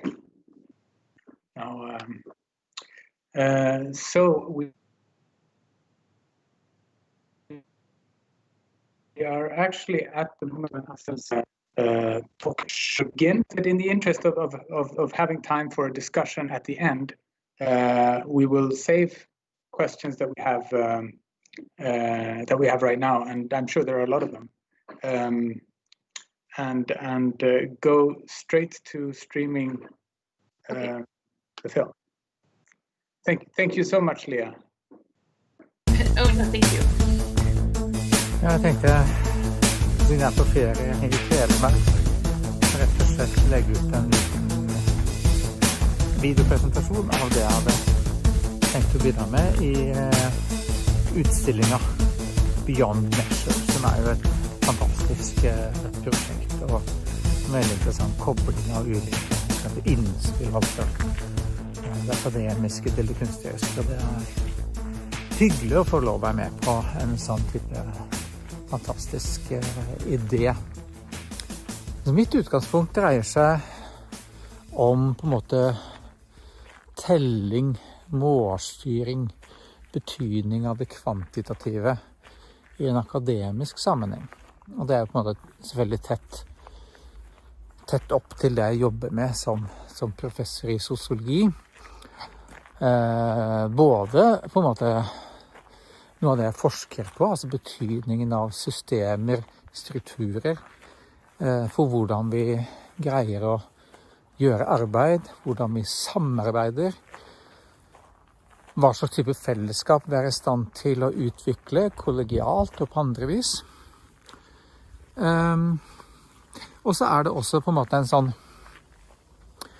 litt mer personlig type vinkling at jeg en del av et system som jeg må forholde meg til som akademiker på et universitet, men som jeg også interessert i og opptatt av å kritisere. Så på en måte i det her spennet der så har jeg et innlegg som da snakker da om målstyringens tragedie i det akademiske systemet. Da. Og jeg kan bare rett på sak innlede med på en måte, ok, hvordan kan det her være en tragedie? På en måte målstyringen en tragedie? På hvilket vis det det? Mitt argument jo at det en destruktiv kraft i mye av det universitetet faktisk handler om. Universitetets samfunnsrolle, vil jeg velge å si. Og her kan jeg jo si at en del av de styringsorganer, altså departement, de ulike direktoratene, har nok en tendens til å snakke om samfunnsoppdrag, og det var jo også tidligere rektor ved NTNU, Gunnar Bovin, veldig opptatt av, og det gjenspeiler også en del av det styrearbeidet ved NTNU, som også en del av, jeg med i styret ved NTNU, at man snakker om samfunnsoppdraget, som at universitetene liksom gjør sin jobb på en bestilling fra samfunnet. Men jeg mener at det ganske problematisk. Jeg mener at man bør snakke om en type samfunnsrolle. Og hva ligger i det da? I en samfunnsrolle så ligger det mye tydeligere at universitetet en viktig institusjon, en uavhengig institusjon i samfunnet. Det har en slags uavhengig rolle i samfunnet. Den uavhengigheten for så vidt også nedfelt i universitets- og høyskoleloven, altså helt ned på individnivå, at de ulike akademiske ansatte har en rett og plikt på en måte til å opprettholde en faglig autonomi. Men det også noe med at institusjonene som sådan skal opprettholde den faglige autonomien. Altså at NTNU tar en del valg, gjør en del beslutninger, velger en del strategier som ikke på bestilling fra Kunnskapsdepartementet, men som på faglig grunnlag internt i organisasjonen. Ok, så hva da? Hva da med det som går på etter telling, som på en måte den utstillingen og denne bokas tema, Beyond Measure. Hva skjer Hva skjer når vi begynner å telle, og når kun prestasjoner som kan telles på en eller annen slags, formodentlig objektiv måte. Hva skjer når kun de prestasjoner som kan telles på et sånt vis, teller? Og det har vært en agenda som jeg har jobbet med. Jeg har en god kollega, Emil Røyrevik, som også jobber en del med det. Og det er en hel haug med akademikere innenfor universitetene og høyskolene i hele verden, tydeligst kanskje i Amerika, altså USA, Kanada og England, som har på en måte kritisert en endring mot en form for industriell styring, altså New Public Management, innenfor universitetene. Og på en måte min kritikk følger jo opp en del av det her. Så det her er jo ikke, det er ikke sånn at jeg brøyter noe nytt land her. Men jeg har på en måte prøvd å være tydelig i en slags kritikk av hva som er i ferd med å skje i det norske systemet. For vi må bare innrømme at vi i de norske universitetene er relativt privilegerte. Vi har mange frihetsgrader, og vi har fulle, hele stillinger, de som er heldige av oss, som er fast ansatt, og vi har fortsatt muligheten til å beholde jobben vår, selv om vi ikke drar inn haugvis av forskningsmillioner hvert eneste år.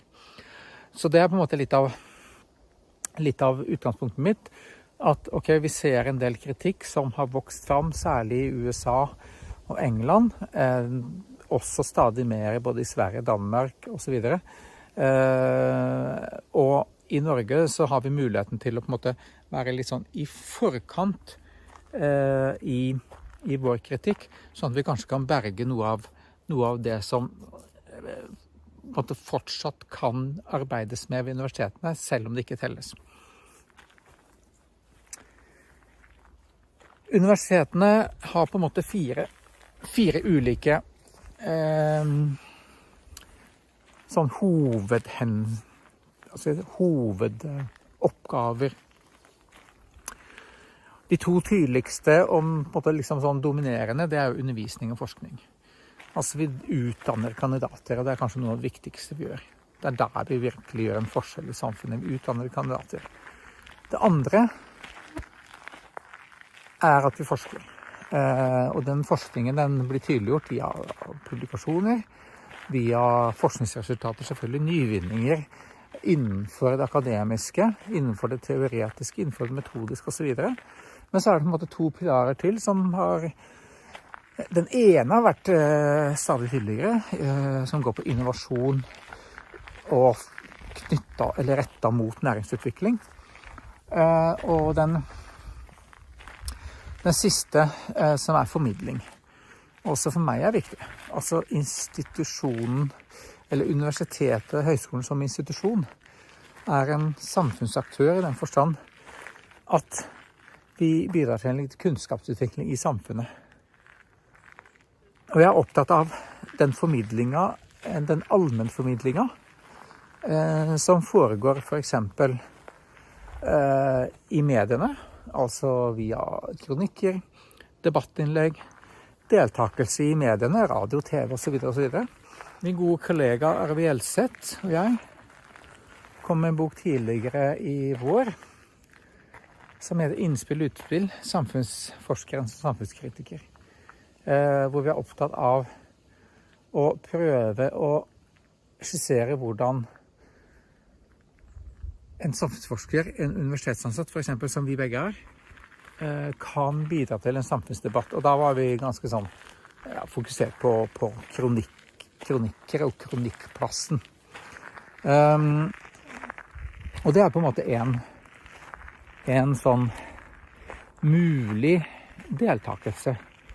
Og amerikansk kollega Michael Bjeroway snakker om på en måte public sociology, eller public sociologist, altså den offentlige sosiologien, eller den offentlige sosiologen. Altså sosiologien som en offentlig rettet akademisk disiplin, som skal på en måte også være bidragsyter i samfunnsutvikling og samfunnskritikk.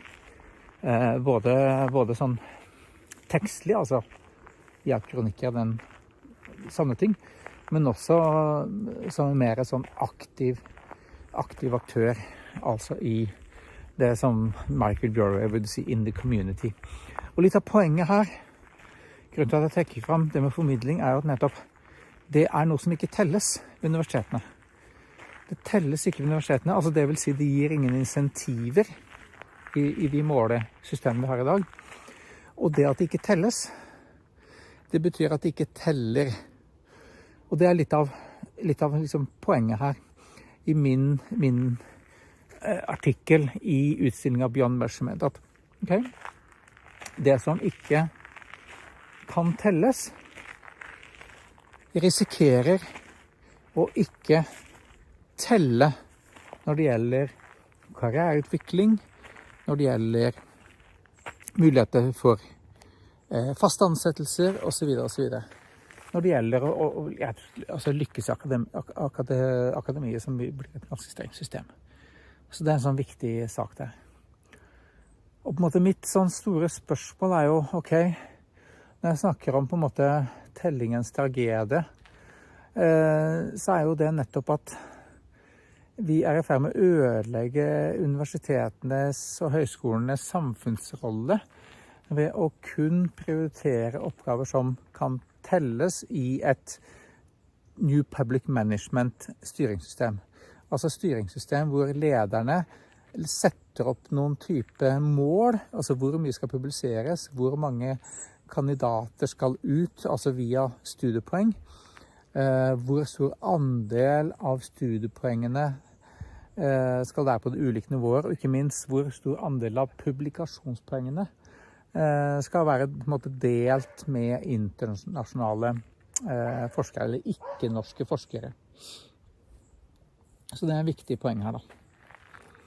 En av de her ganske interessante tankene om kvalitet ble jo faktisk presentert av Torbjørn Røe Isaksen, tidligere kunnskapsminister, i en tale han hadde i universitetsaula i den såkalte kontaktkonferansen i 2016.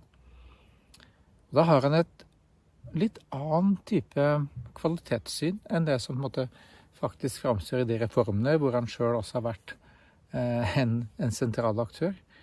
For da snakker han om høye ambisjoner og forventninger på studentenes vegne, aktiviserende og varierte læringsformer, og skape en kultur for kvalitet, og integrere studentene bedre i akademiske fellesskapet, og sikre bedre samspill med arbeidslivet. Og det her er jo 5 ulike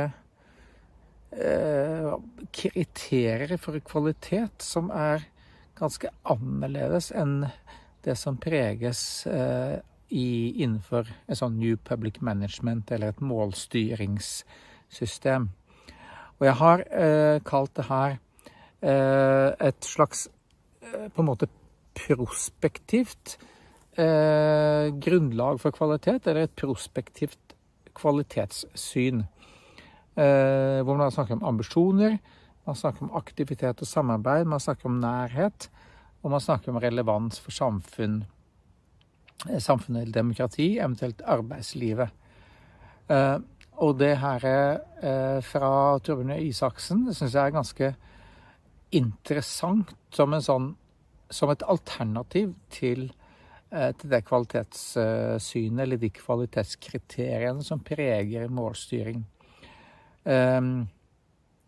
Og det her målstyringskvalitetssynet har jeg da kalt et slags retrospektivt kvalitetssyn, eller nærmest retrospektivt betinget symboler på kvalitet, som går på det som man da typisk måler som årsverk i førstestillinger, altså hvor mange, eller hvor stor andel av et universitet som har førstestillinger, altså professorer og førsteamanuensiser ansatte med en doktorgrad. En andel av det som en slags målestokk for hvor avansert en høyskole eller et universitet er. Søkning, gjennomføring, publisering og eksterne forskningsinntekter. hvor store og hvor mange doktorgradsutdanninger man har, og i hvilken grad man internasjonalt orientert av samspill og samarbeid. Og da går det for eksempel på å måle hvor stor andel av publikasjonene gjort i samarbeid med internasjonale fagfolk. Og det her siste, det jeg kaller retrospektiv kvalitetssyn, eller type retrospektivt symbol på kvalitet, jo da retrospektivt i den forstand at det en rapportering av hva som skjedde i fjor eller de siste årene.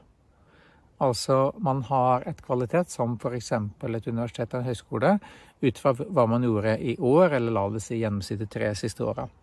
Mens det som da ble presentert av Torbjørn Røe Isaksen i 2016 var det vel, det da på en måte hva skaper kvalitet? Og det derfor jeg kalte det prospektivt syn. Og jeg synes at den her å tenke litt hele sånn spennende mellom de to kvalitetssynene ganske produktivt. Altså jeg mener det har noe for seg. Og så synes jeg også at det ganske interessant at det kom faktisk fra Torbjørn Røe Isaksen, kunnskapsminister fra partiet Høyre, i 2016, på en måte liksom midt under den her ganske sånn heftige reformtida med fusjoner og strukturendringer og stadig større målstyring ved universitetene. Et av mine viktigste argumenter at denne målstyringen en veldig lederinitiert form for styring, samtidig som universitetene har en veldig tradisjon for faglig styring på et faglig grunnnivå. Altså det vil si at de ulike instituttene, de ulike professorene eller faggruppene har en stor styring på hva som skal undervises og forskes i. Så målstyring handler ikke bare om at du styrer etter hva som kan telles, men det handler om hvem det som faktisk styrer, hvem det som legger strategiene, hvem det som gjør prioriteringene i sektoren. Og som styremedlem ved NTNU-styret så merker jeg jo det her veldig tydelig, at man veldig opptatt av å ha en type strategi, man veldig opptatt av å legge flere og flere ressurser til det man kaller RSO-midler, rektors strategiske omstillingsmidler, som betyr at man på sentralt nivå kan prioritere spesielle satsingsområder, for eksempel for NTNU som helhet, eller eventuelt for ulike fakulteter, hvis man vil det. Og jeg veldig kritisk til at man legger så mye midler på et strategisk sentralnivå, altså et institusjonsnivå, et rektornivå. Det ødelegger, eller i alle fall reduserer mulighetene for at institutter og fakulteter kan gjøre sine tydeligere prioriteringer hver for seg. Og det noe man burde motarbeide, og som jeg har forsøkt å motarbeide i styret, men som synes ganske vanskelig da, egentlig. Et målstyringsverktøy i veldig mye større grad et ledelsesverktøy enn et ansatte-verktøy. Så den faglig ansatte på et instituttnivå, som jeg, som professor i sosiologi, på Institutt for sosiologi og statsvitenskap, jeg har veldig liten nytte av målstyring. Jeg har ingen nytte av målstyring.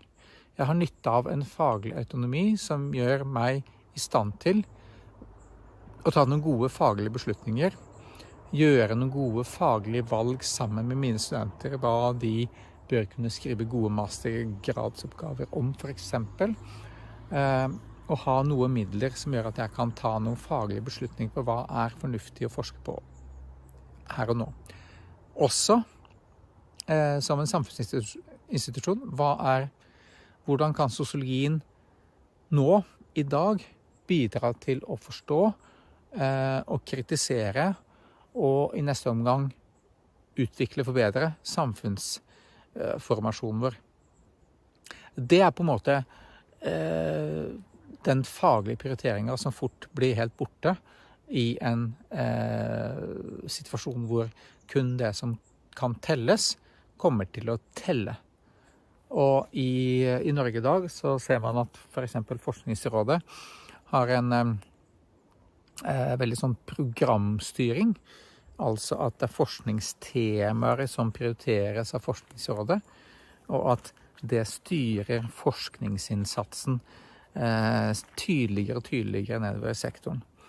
Og vi har også en voksende generasjon av universitetsansatte som vokst opp i oppdragssektor, som gjør at de kommer til å være mye, si litt stygt, lettere å styre fra Forskningsrådet og andre aktører som forsyner forskere med penger og prosjekter. Så det her en utvikling som går etter min mening i veldig negativ retning. Mindre faglig styring, mer strategisk styring fra forskningsråd, fra departement og fra institusjonene på rektornivå.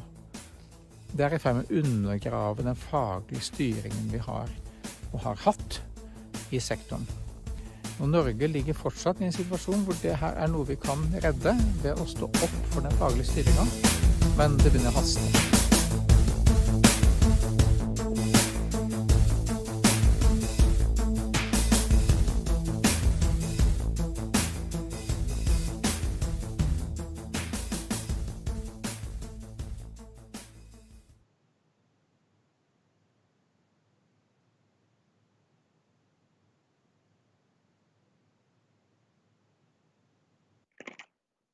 Okay, I just put candy in my mouth.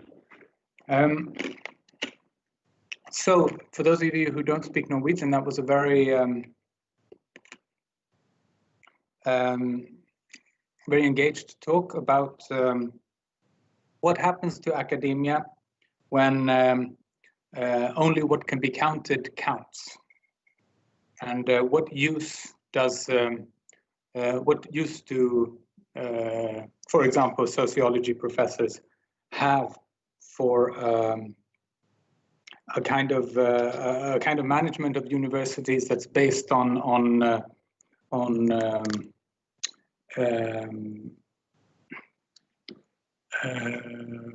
what we can call result-oriented strategies. And Shura distinguished between two different kinds of ways of looking at quality in universities. The one that he called the prospective, one that looks forward to what can potentially create a positive effect, and the other one is a retrospective view of quality, which is the one that we're used to, and which also museums have to answer to, where we report the number of visitors, the number of events, and so on. Report what has already happened. He sees the universities as having four different main objectives. Teaching undergraduate students,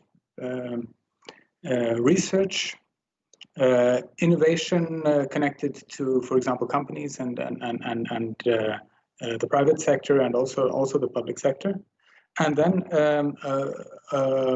more general duty to provide the kind of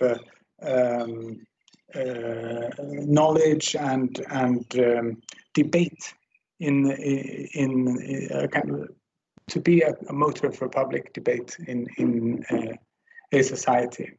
And basically he relates these different ways of looking at this, at quality, to this, and also he talks about the tragedy of result-based governance, or what is sometimes called new public management, industrial methods for running universities.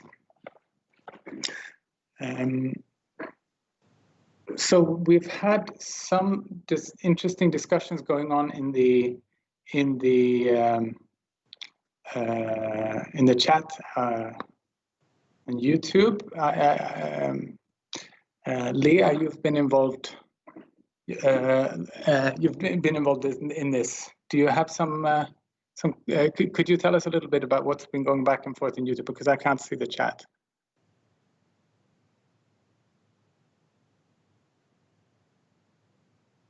I hope Leah's here. I'm here. Okay. I'm sorry. I was getting.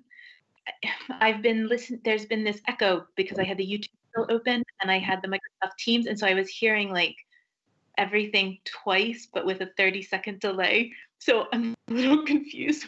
Just hold on a second. It's my fault. I just couldn't figure out why it was doing this. I thought it was like some other problem. Now I can't hear anything. Yeah, no, we're not completely live. We're just we have a sort of 30-second delay, not for censorship purposes like live TV, but for more for technical, yeah, because that's how the streaming works. Right, that makes sense. So are you asking me about the YouTube? What was it? Yes, there was a discussion about. Let me see here. Yeah. Do you have any comments on how we can predict whether our measurement will be socially responsible? So yeah, I do have some comments on that. I was trying at the time to type out my answer, but it ended up being in the 200 characters. So, so I guess I would start off by saying that as opposed to things. Measurements for people provide opportunities or goods or something. And part of the problem of measuring people is, I think, a Wittgensteinian point that we don't understand people wholly through science. And when we measure people for opportunities or goods, I think that understanding is usually a relevant part of trying to measure. So I'm not saying that we can't use measurement in cases of people in these situations, but I think that to be socially responsible, we can't assume that the measurement standard is universal and eternal. So my experience is that the standard is usually contingent on context. And so you might be able, I'm sorry if I'm losing people in this answer, but I think when we measure people for opportunities or goods, the measurement standard needs to be circumscribed around particular contexts. So the measurement isn't sort of good anywhere. It doesn't travel particularly well in some cases. Okay, so avoid making very broad generalizations or applying it to broad populations. I mean, this isn't what I'm saying isn't actually that radical. When you look at a lot of measurements of people, they end up proliferating. So there's, measuring people, and then, there'll be measurements for people from different communities, measurements for people for different languages. So what I'm saying is sort of trying to make sense of why we have this proliferation of these measures. And I think it's for this reason. Yeah, and it's all, I guess it's also technological that now we can measure. We have different tempting systems and tools, and whole industry based on providing tools to measure us. I'm thinking of a kind of corrective to the SAT problem and the kind of very narrow recruiting to universities. I believe British universities have.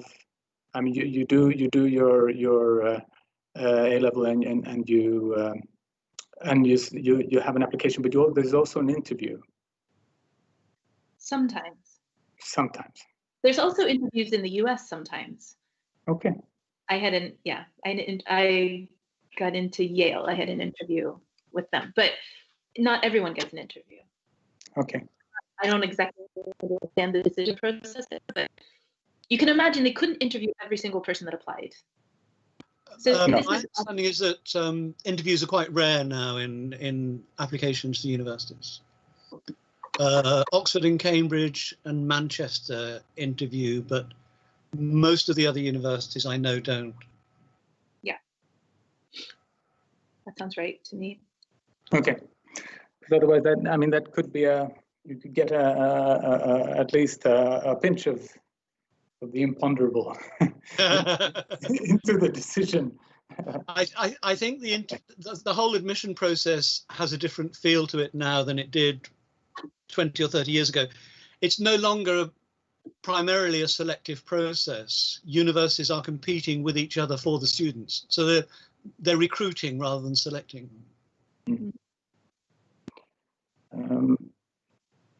I think that this conclusion that we are that measuring helps us make decisions without seeming to decide.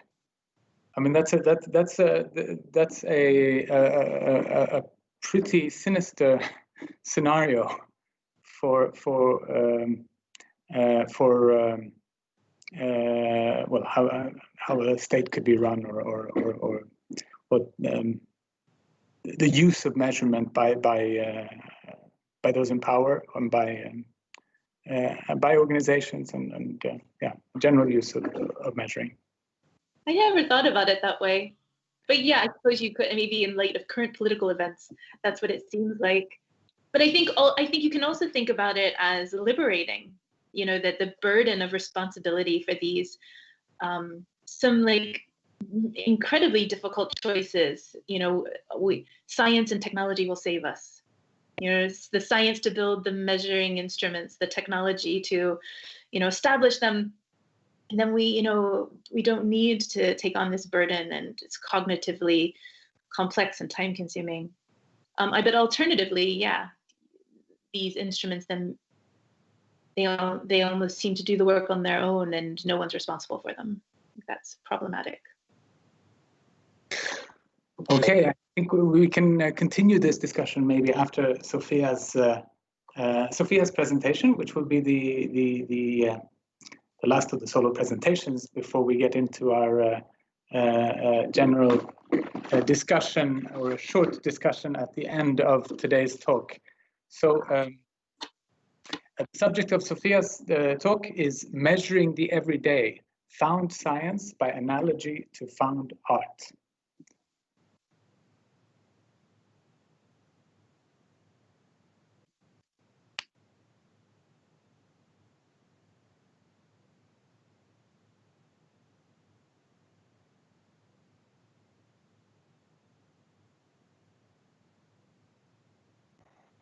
Okay, thank you very much for sticking with it.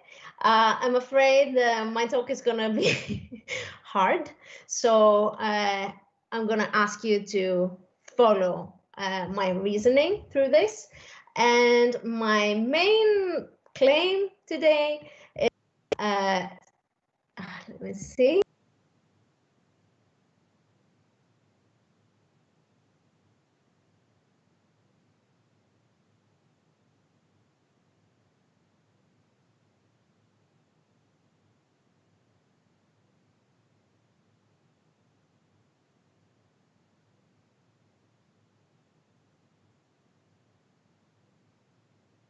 I can't hear you, Sophia.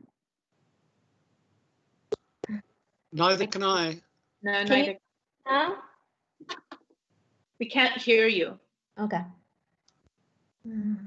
Sorry. I hear you now.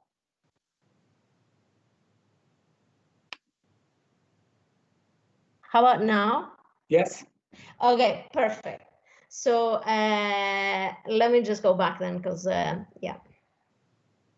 Okay, so thank you for sticking it out with me, and so with us actually.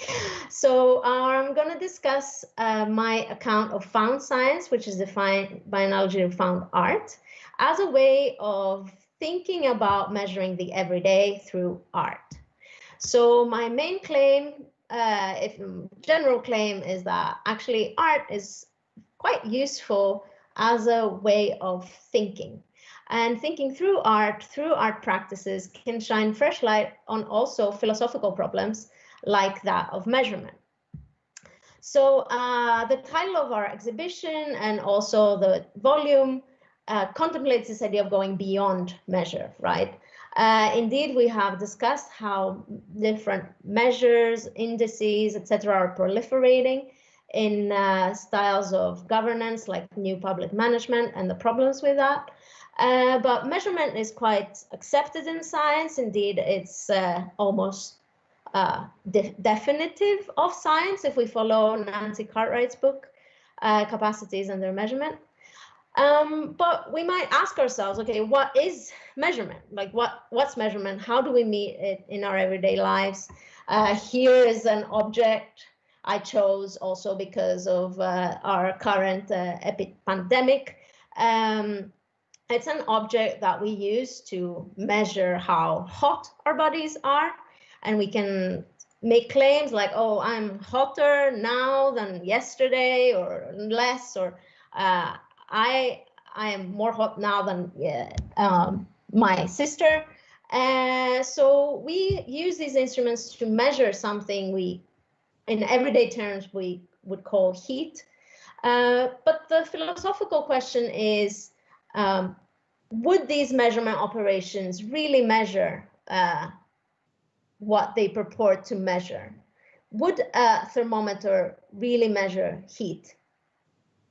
And to take an example from another field, would an IQ test really measure intelligence? Thinking with art helps us think about measurement. And here I'm talking about a particular practice in art, what is commonly called found art, the art of objets trouvés, or also known as ready-mades. These are objects that seem to be everyday objects, seemingly found. Here's a photo of Fountain, an art piece originally attributed to Marcel Duchamp and more lately to Baroness Elsa von Freytag-Lottenhoven. Why I'm interested in these objects is that they look like they're everyday things. But if you look closely, actually, they're quite strange and they are not really functional as everyday objects. In my vocabulary, I would call these objects founded in a context of artistic practice. So this urinal, for example, could very well fetch a very high price if you sold it at auction, and probably wouldn't work to, relieve you of your needs like an ordinary one would. So the proposal I'm making is that we could think of how we use everyday ideas in science by analogy to how such objects are found and founded as art, proposing this frame of found science. Science claims to measure everyday things, ideas like heat or intelligence. But what I think is happening is that this measurement relies on a prior process of founding such common ideas in scientific contexts. And here contexts are understood as not only material or epistemological theoretical context, but as also as cultural context, what Ray also gestured towards by bringing into our discussion the importance of culture for understanding. So we can think of scientific contexts as spaces and cultures, marked by science. Now, how would this founding happen in a scientific context? Well, one way would be to take an idea and translate it into already accepted scientific terms. For example, terms like measuring temperature or Kelvin, or the materials that we're going to use to create these instruments that we're going to measure them in. This would involve honing in this concept that we have of heat or hotness and narrowing it and focusing it on elements that are of interest for us in a particular context.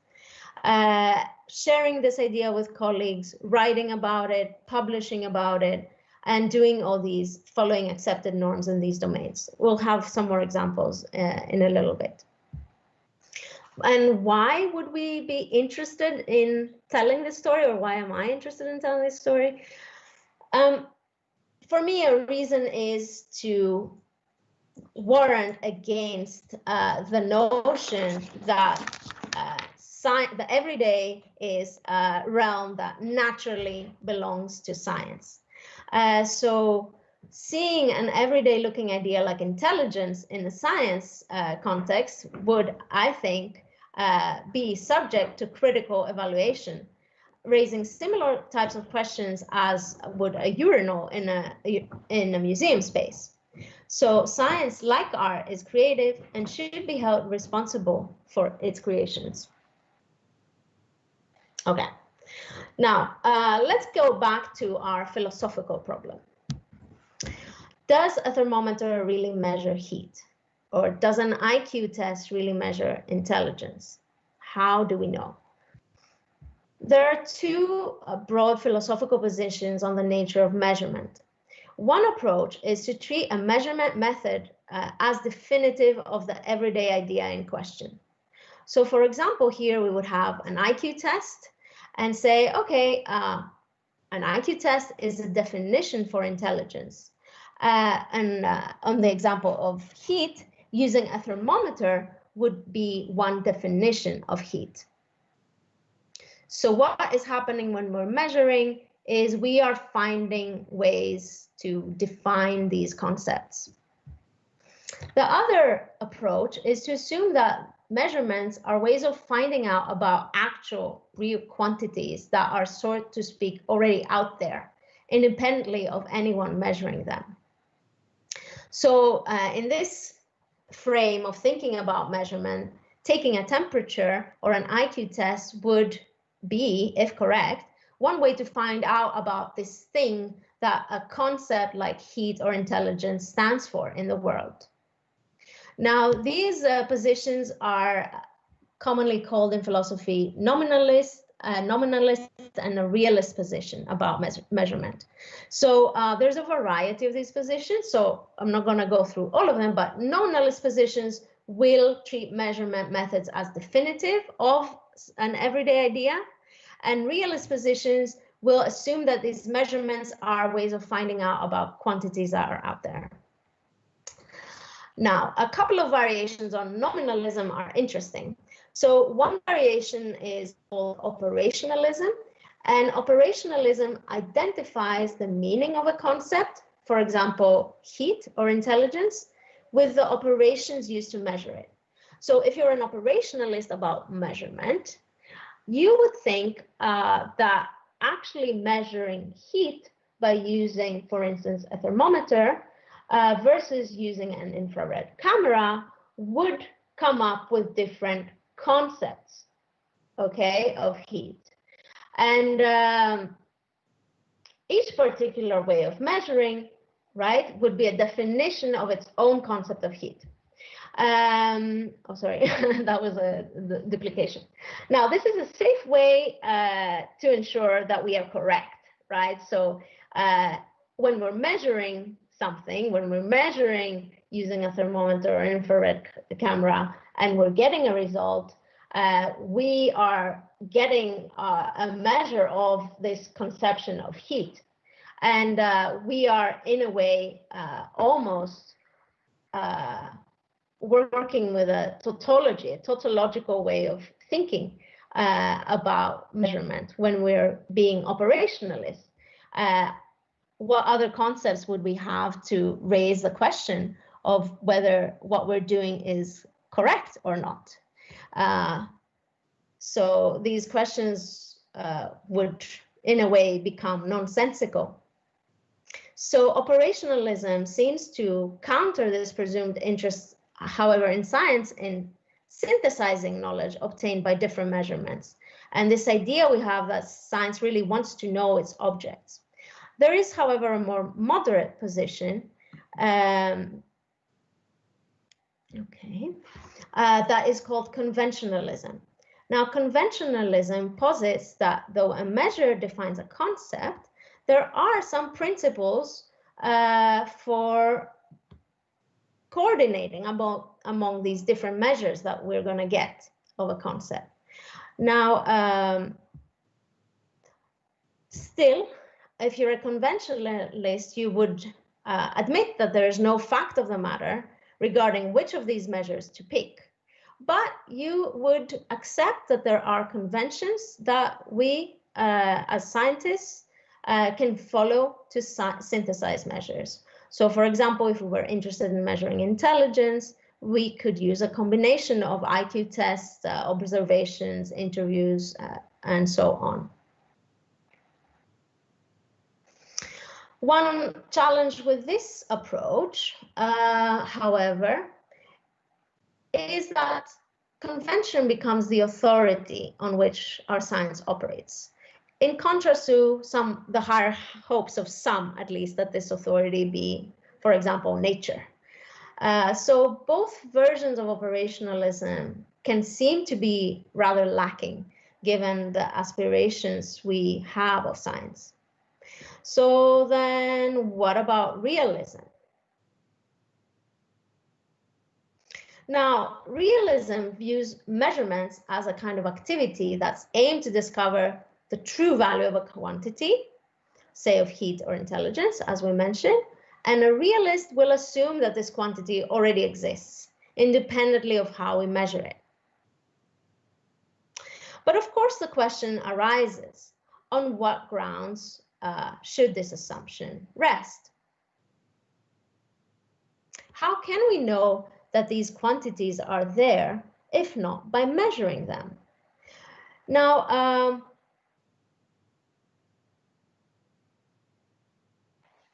there are two ways to articulate this challenge for naive realism, what we might call a naive realism,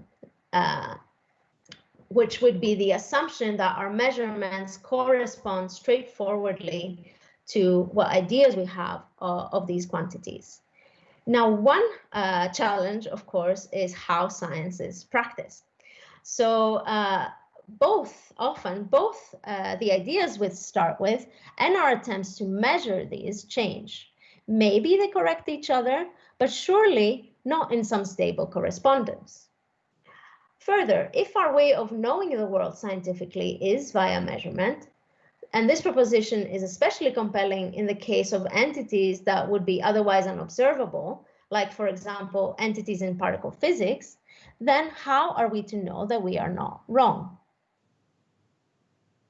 Okay, so I offered some challenges with nominalist and realist understandings of measurement.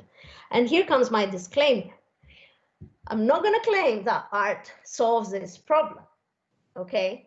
But I do think that art and thinking with art moves this problem closer to a solution. So the point I want to make is that found science proposes a way of viewing measurement that is different from both realist and nominalist accounts of the measurement of everyday concepts. And how does that happen? Now, in the frame of found science, scientific measurement is not just an operationalization of an everyday idea, nor is it a representation or something that corresponds, right, to this entity that is out there. Rather, found science understands measurement as a transfiguration, and that's a term and a concept from Arthur Danto, who wrote about the transfiguration of the everyday. He's an art theorist. And this transfiguration, it can be lossy. It's not a very clean process of, oh, you know, we have the thing itself, the everyday quantity of heat that we are capturing with our thermometer. No, this transfiguration is an often lossy transformation of such rich everyday ideas we start off with. But I think this process of transfiguration, what I'm calling founding, is needed to even propose that we can be measuring such everyday ideas scientifically. Now, sorry.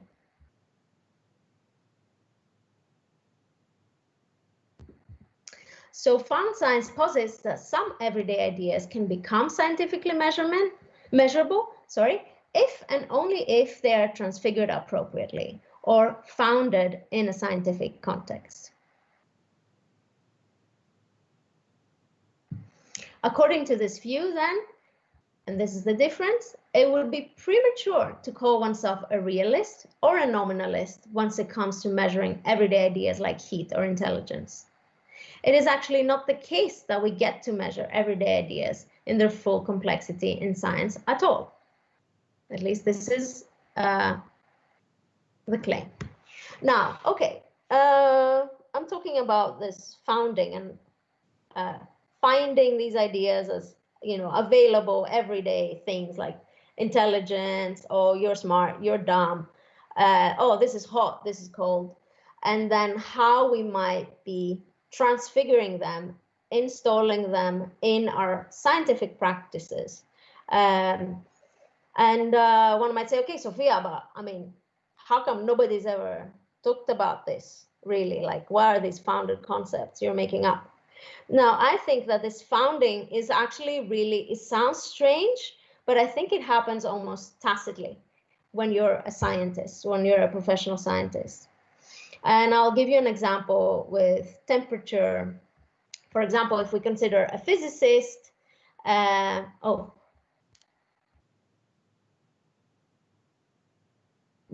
you, sorry. Oh.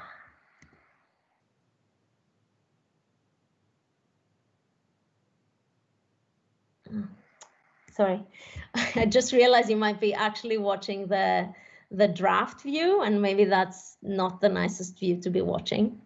Let me see. So,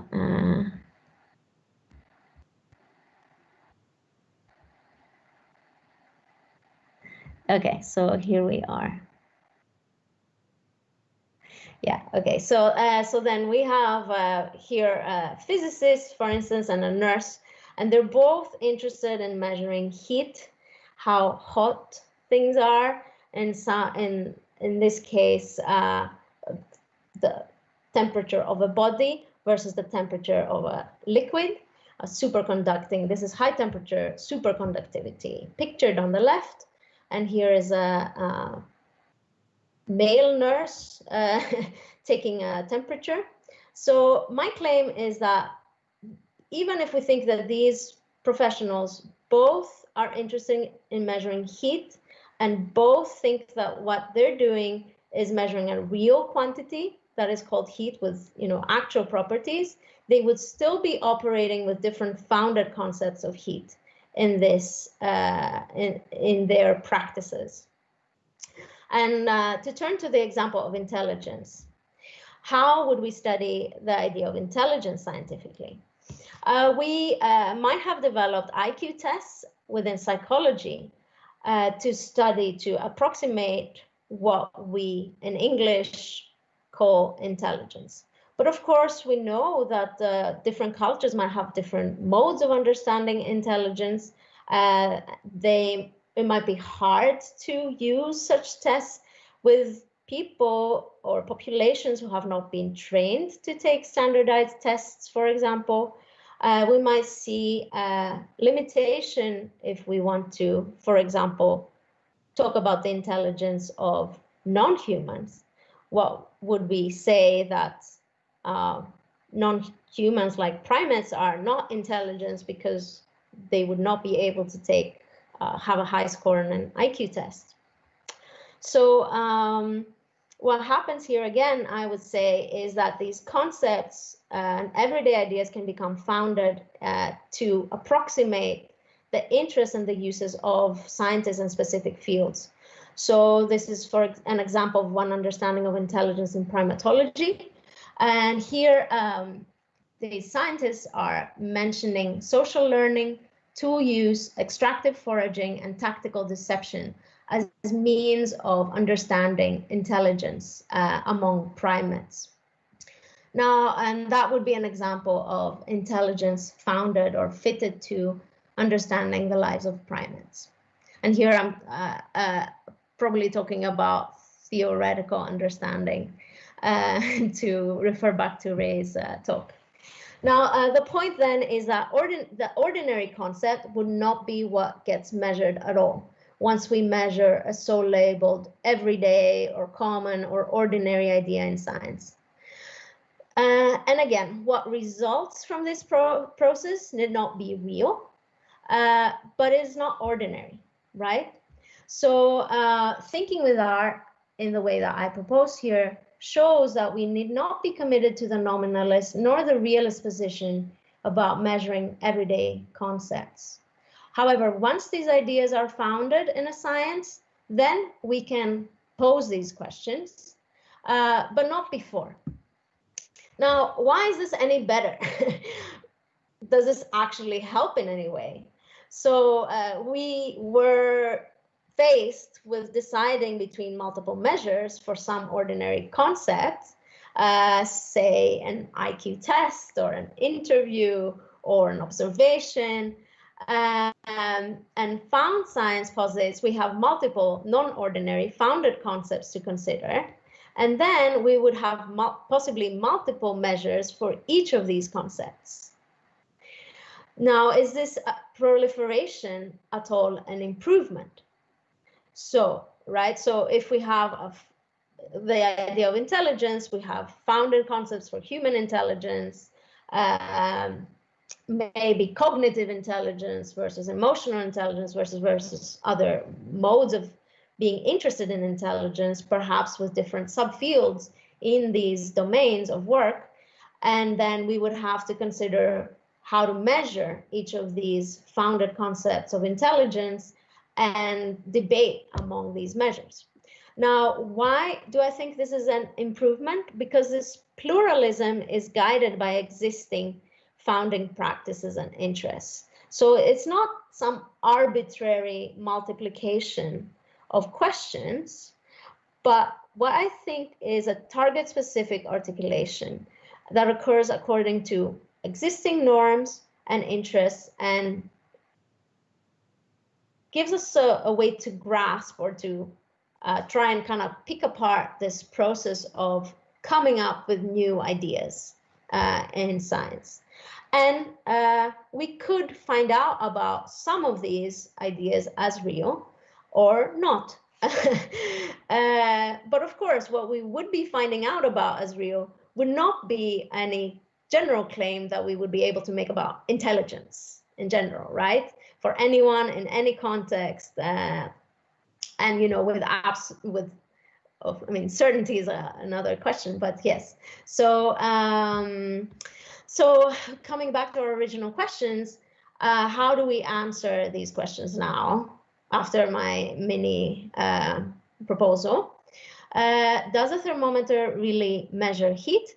And does an IQ test really measure intelligence? Well, I would say the thermometer actually measures temperature.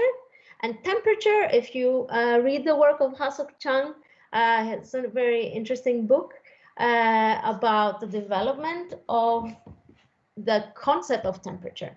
And he claims that this idea was invented. And this is part of what I'm trying to pick out. In this case, this founded concept of heat gets renamed. It becomes so different, right? So for instance, the urinal in the museum becomes fountain. And now we talk about fountain and we know what we mean. And so it can, a well-founded concept can acquire a new name. As for intelligence, it would depend who is asking. So does an IQ test measure it? Well, probably it measures some founded concepts of intelligence, but not all. And so just to repeat, I'm not saying that found science solves the problem of measurement, but I do think that it offers us another way to consider what's going on. It is less ambitious and can be perhaps more ambitious, depends on how we look at it.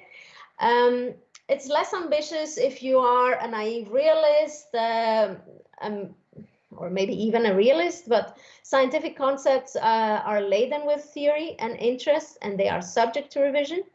And that's part of how we are creative in science. We are, through these new cultures and specific vocabularies, specific practices, instruments, we are finding something ordinary and realizing it's pretty weird, and give it names like charm quark, or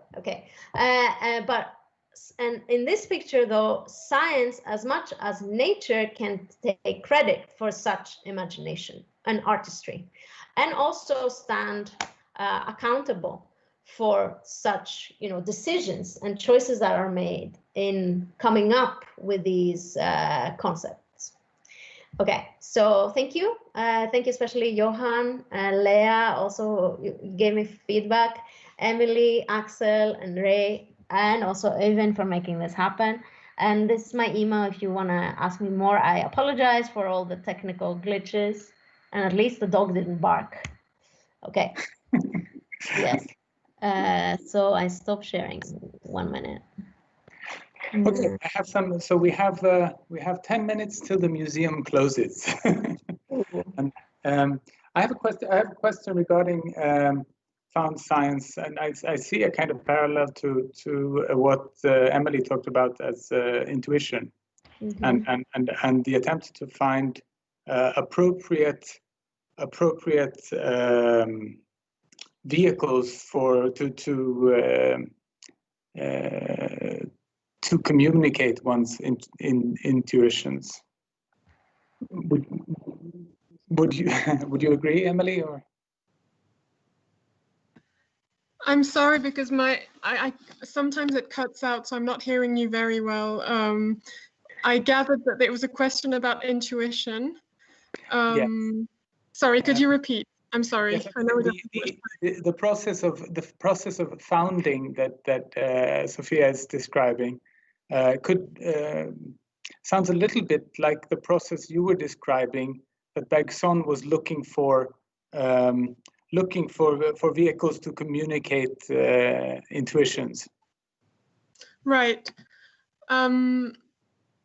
Yes, for Bergson, intuition is it's a tricky notion for him to define, because he's actually sort of talking about something that in the best possible world wouldn't need symbols, wouldn't need language, but obviously there's no way of communicating these ideas without symbols and language. So I don't know, Sophia, if that's something that if that kind of problem is something that resonates. I don't know if you can hear me. Sorry, maybe it would be better to talk to someone else, because my internet is so glitchy. We hear you.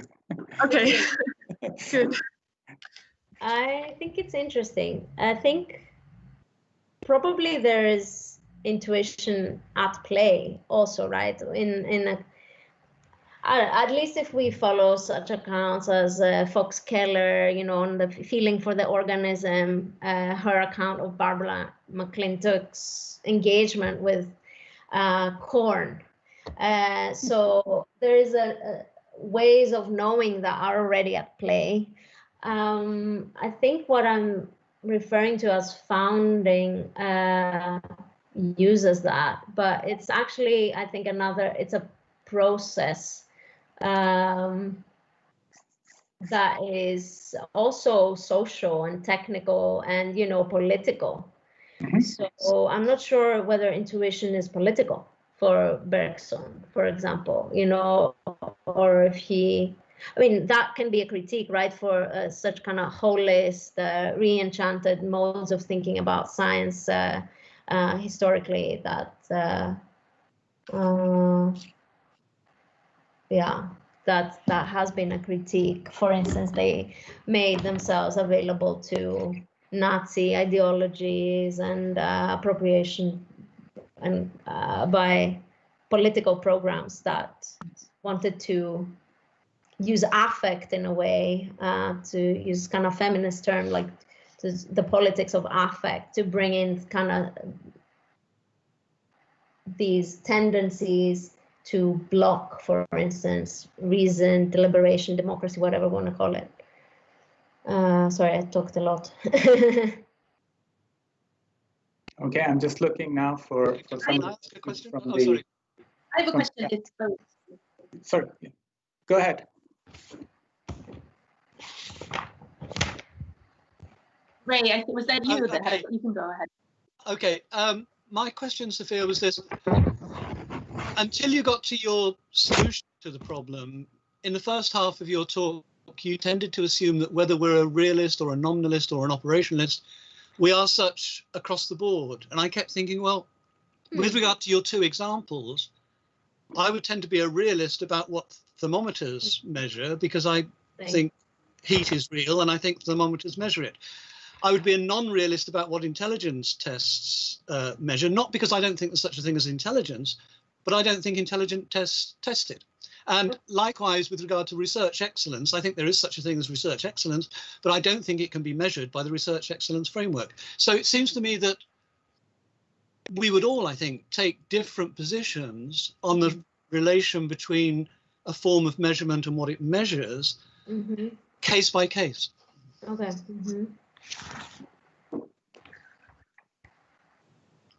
And I wonder how that point, I have a feeling that that point is accommodated by your notion of found concepts, but I can't quite articulate to myself how that point would be expressed using the terminology of found. I see what you mean. Yeah. I had the impression that in a way this is a description of something that we already do. Only we do not recognize it as a scientific or as a. We tend to undervalue it as giving an allowed amount of knowledge or an a high enough, an acceptable enough, a founded amount of knowledge. Yeah, I think that's a good point, Ray. That one would have a different verdict, right, depending on the quantity and measurement process in question. So in some ways, I guess this kind of really fundamental question is nonsensical outside, like, does measurement really measure things? I mean, yeah, you have to like specify it. So I guess how these ideas of founded concepts help here is by pointing to different foundings, right, like of this concept, different ways of embedding them within these different disciplines to show that there's something going on here that is not necessarily, that involves a human choice, and so whether or not it would help say, something about what is good founding and bad founding, when is a concept a founded concept. But I would want to be able to say that a thermometer really does measure heat, and an IQ test really doesn't measure intelligence. I would want to distinguish it.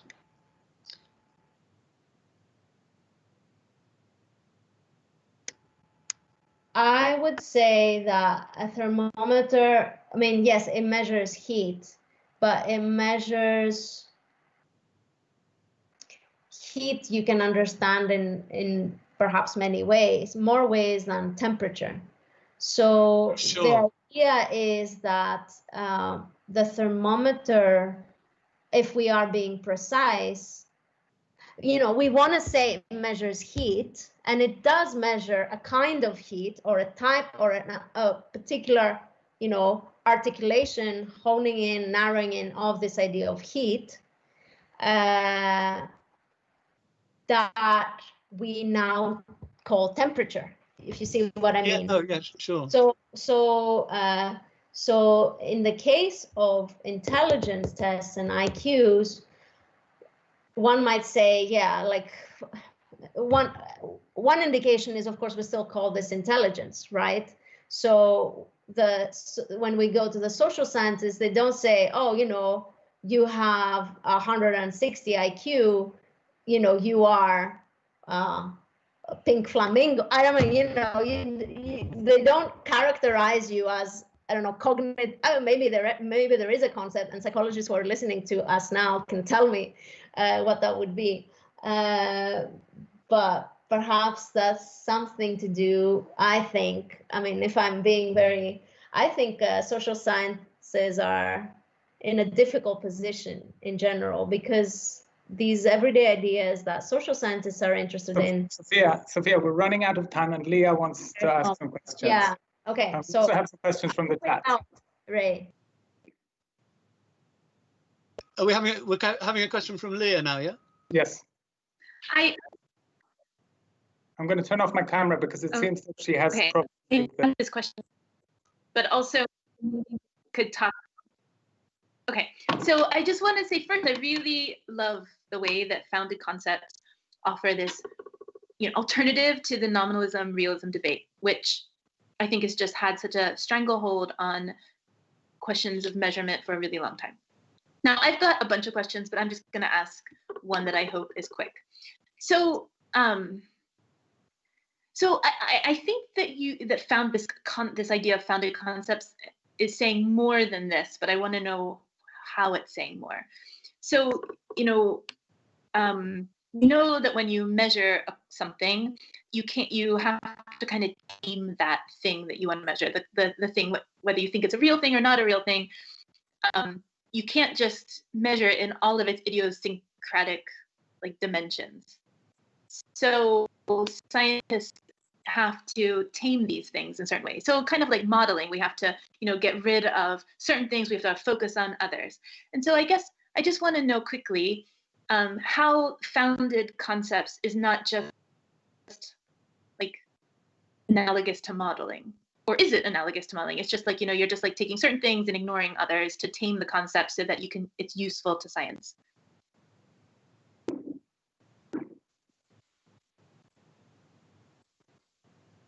I can't hear you. I don't know if you're talking. Yeah, interesting question. Thank you, Leah, and thank you for your encouragement too. I think it's different to modeling. I mean, there is this process of perhaps simplification or idealization. We can maybe use some of these ideas. I just think it's a way of focusing or honing in a concept and like kind of matching it, fitting it to what ideas you have already in place, things for measuring, etc.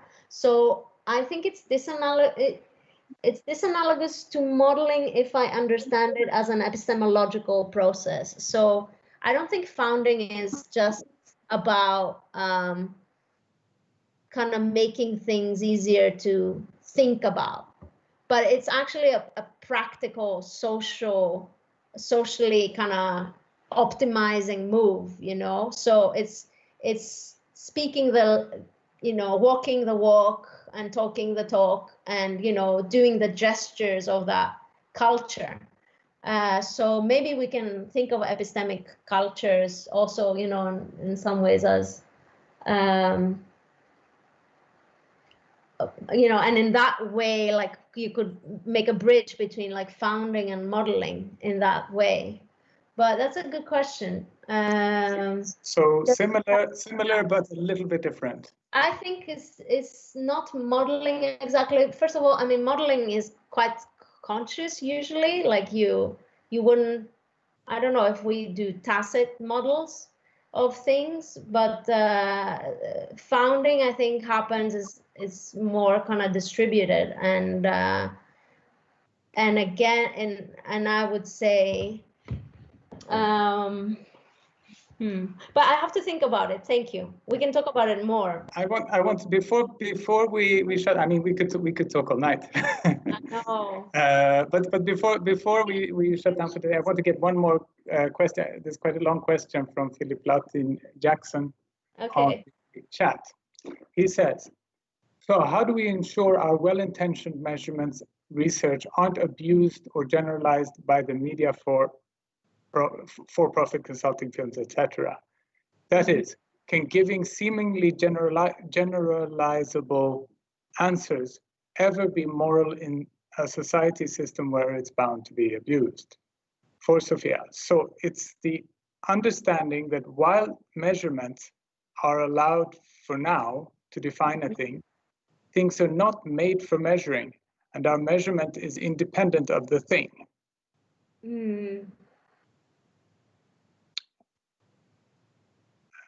So, sorry. He goes. Sorry. The first two, the first parts were probably a different question. But if we take the question, measurements are allowed to define a thing, but things are not made for measuring. That they're sort of independent. Even, I mean, in terms of founding, where is the object? So I think I'm trying to also read and also listen to you. But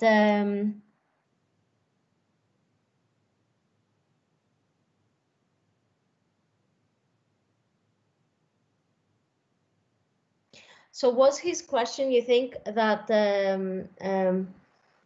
whether, like, what's the take-home message in a way? What should we do about it in the end?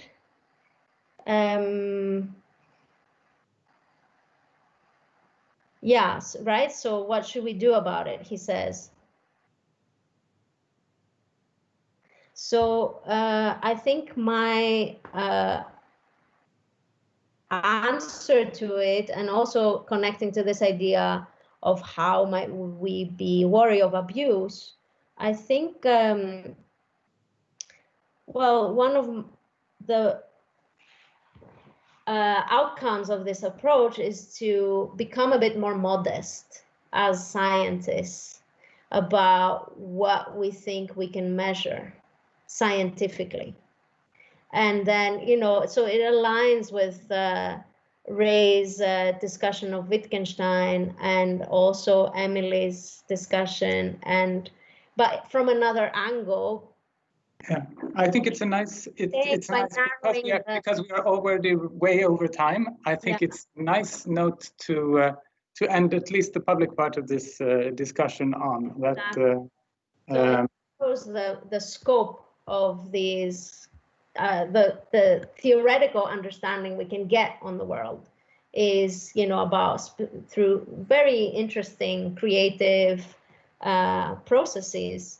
But even if these things are real, they apply to a very small part of our lives, right, or our existence, as we might say. So it's a call for interdisciplinarity, like we are trying to do here, it would be so nice to be able to hear all these people and their questions. Yes, and I think that we should continue this discussion, and that the next time we should meet in Trondheim, not just digitally. So Sophia, thank you so much for putting together this talk and for inviting this group of speakers. Thank you, Leah McClemens, Ray Monk, and Emily Herring for wonderful presentations and for participating in Beyond Measure. And you have a standing invitation to come to Trondheim once this world gets back on track again. Thank you very much. I've really enjoyed it. Thank you very much. Thank you. Thank you. Bye. Thank you. Bye. Bye. Thank you for your talks. Thank you for yours. Thank you.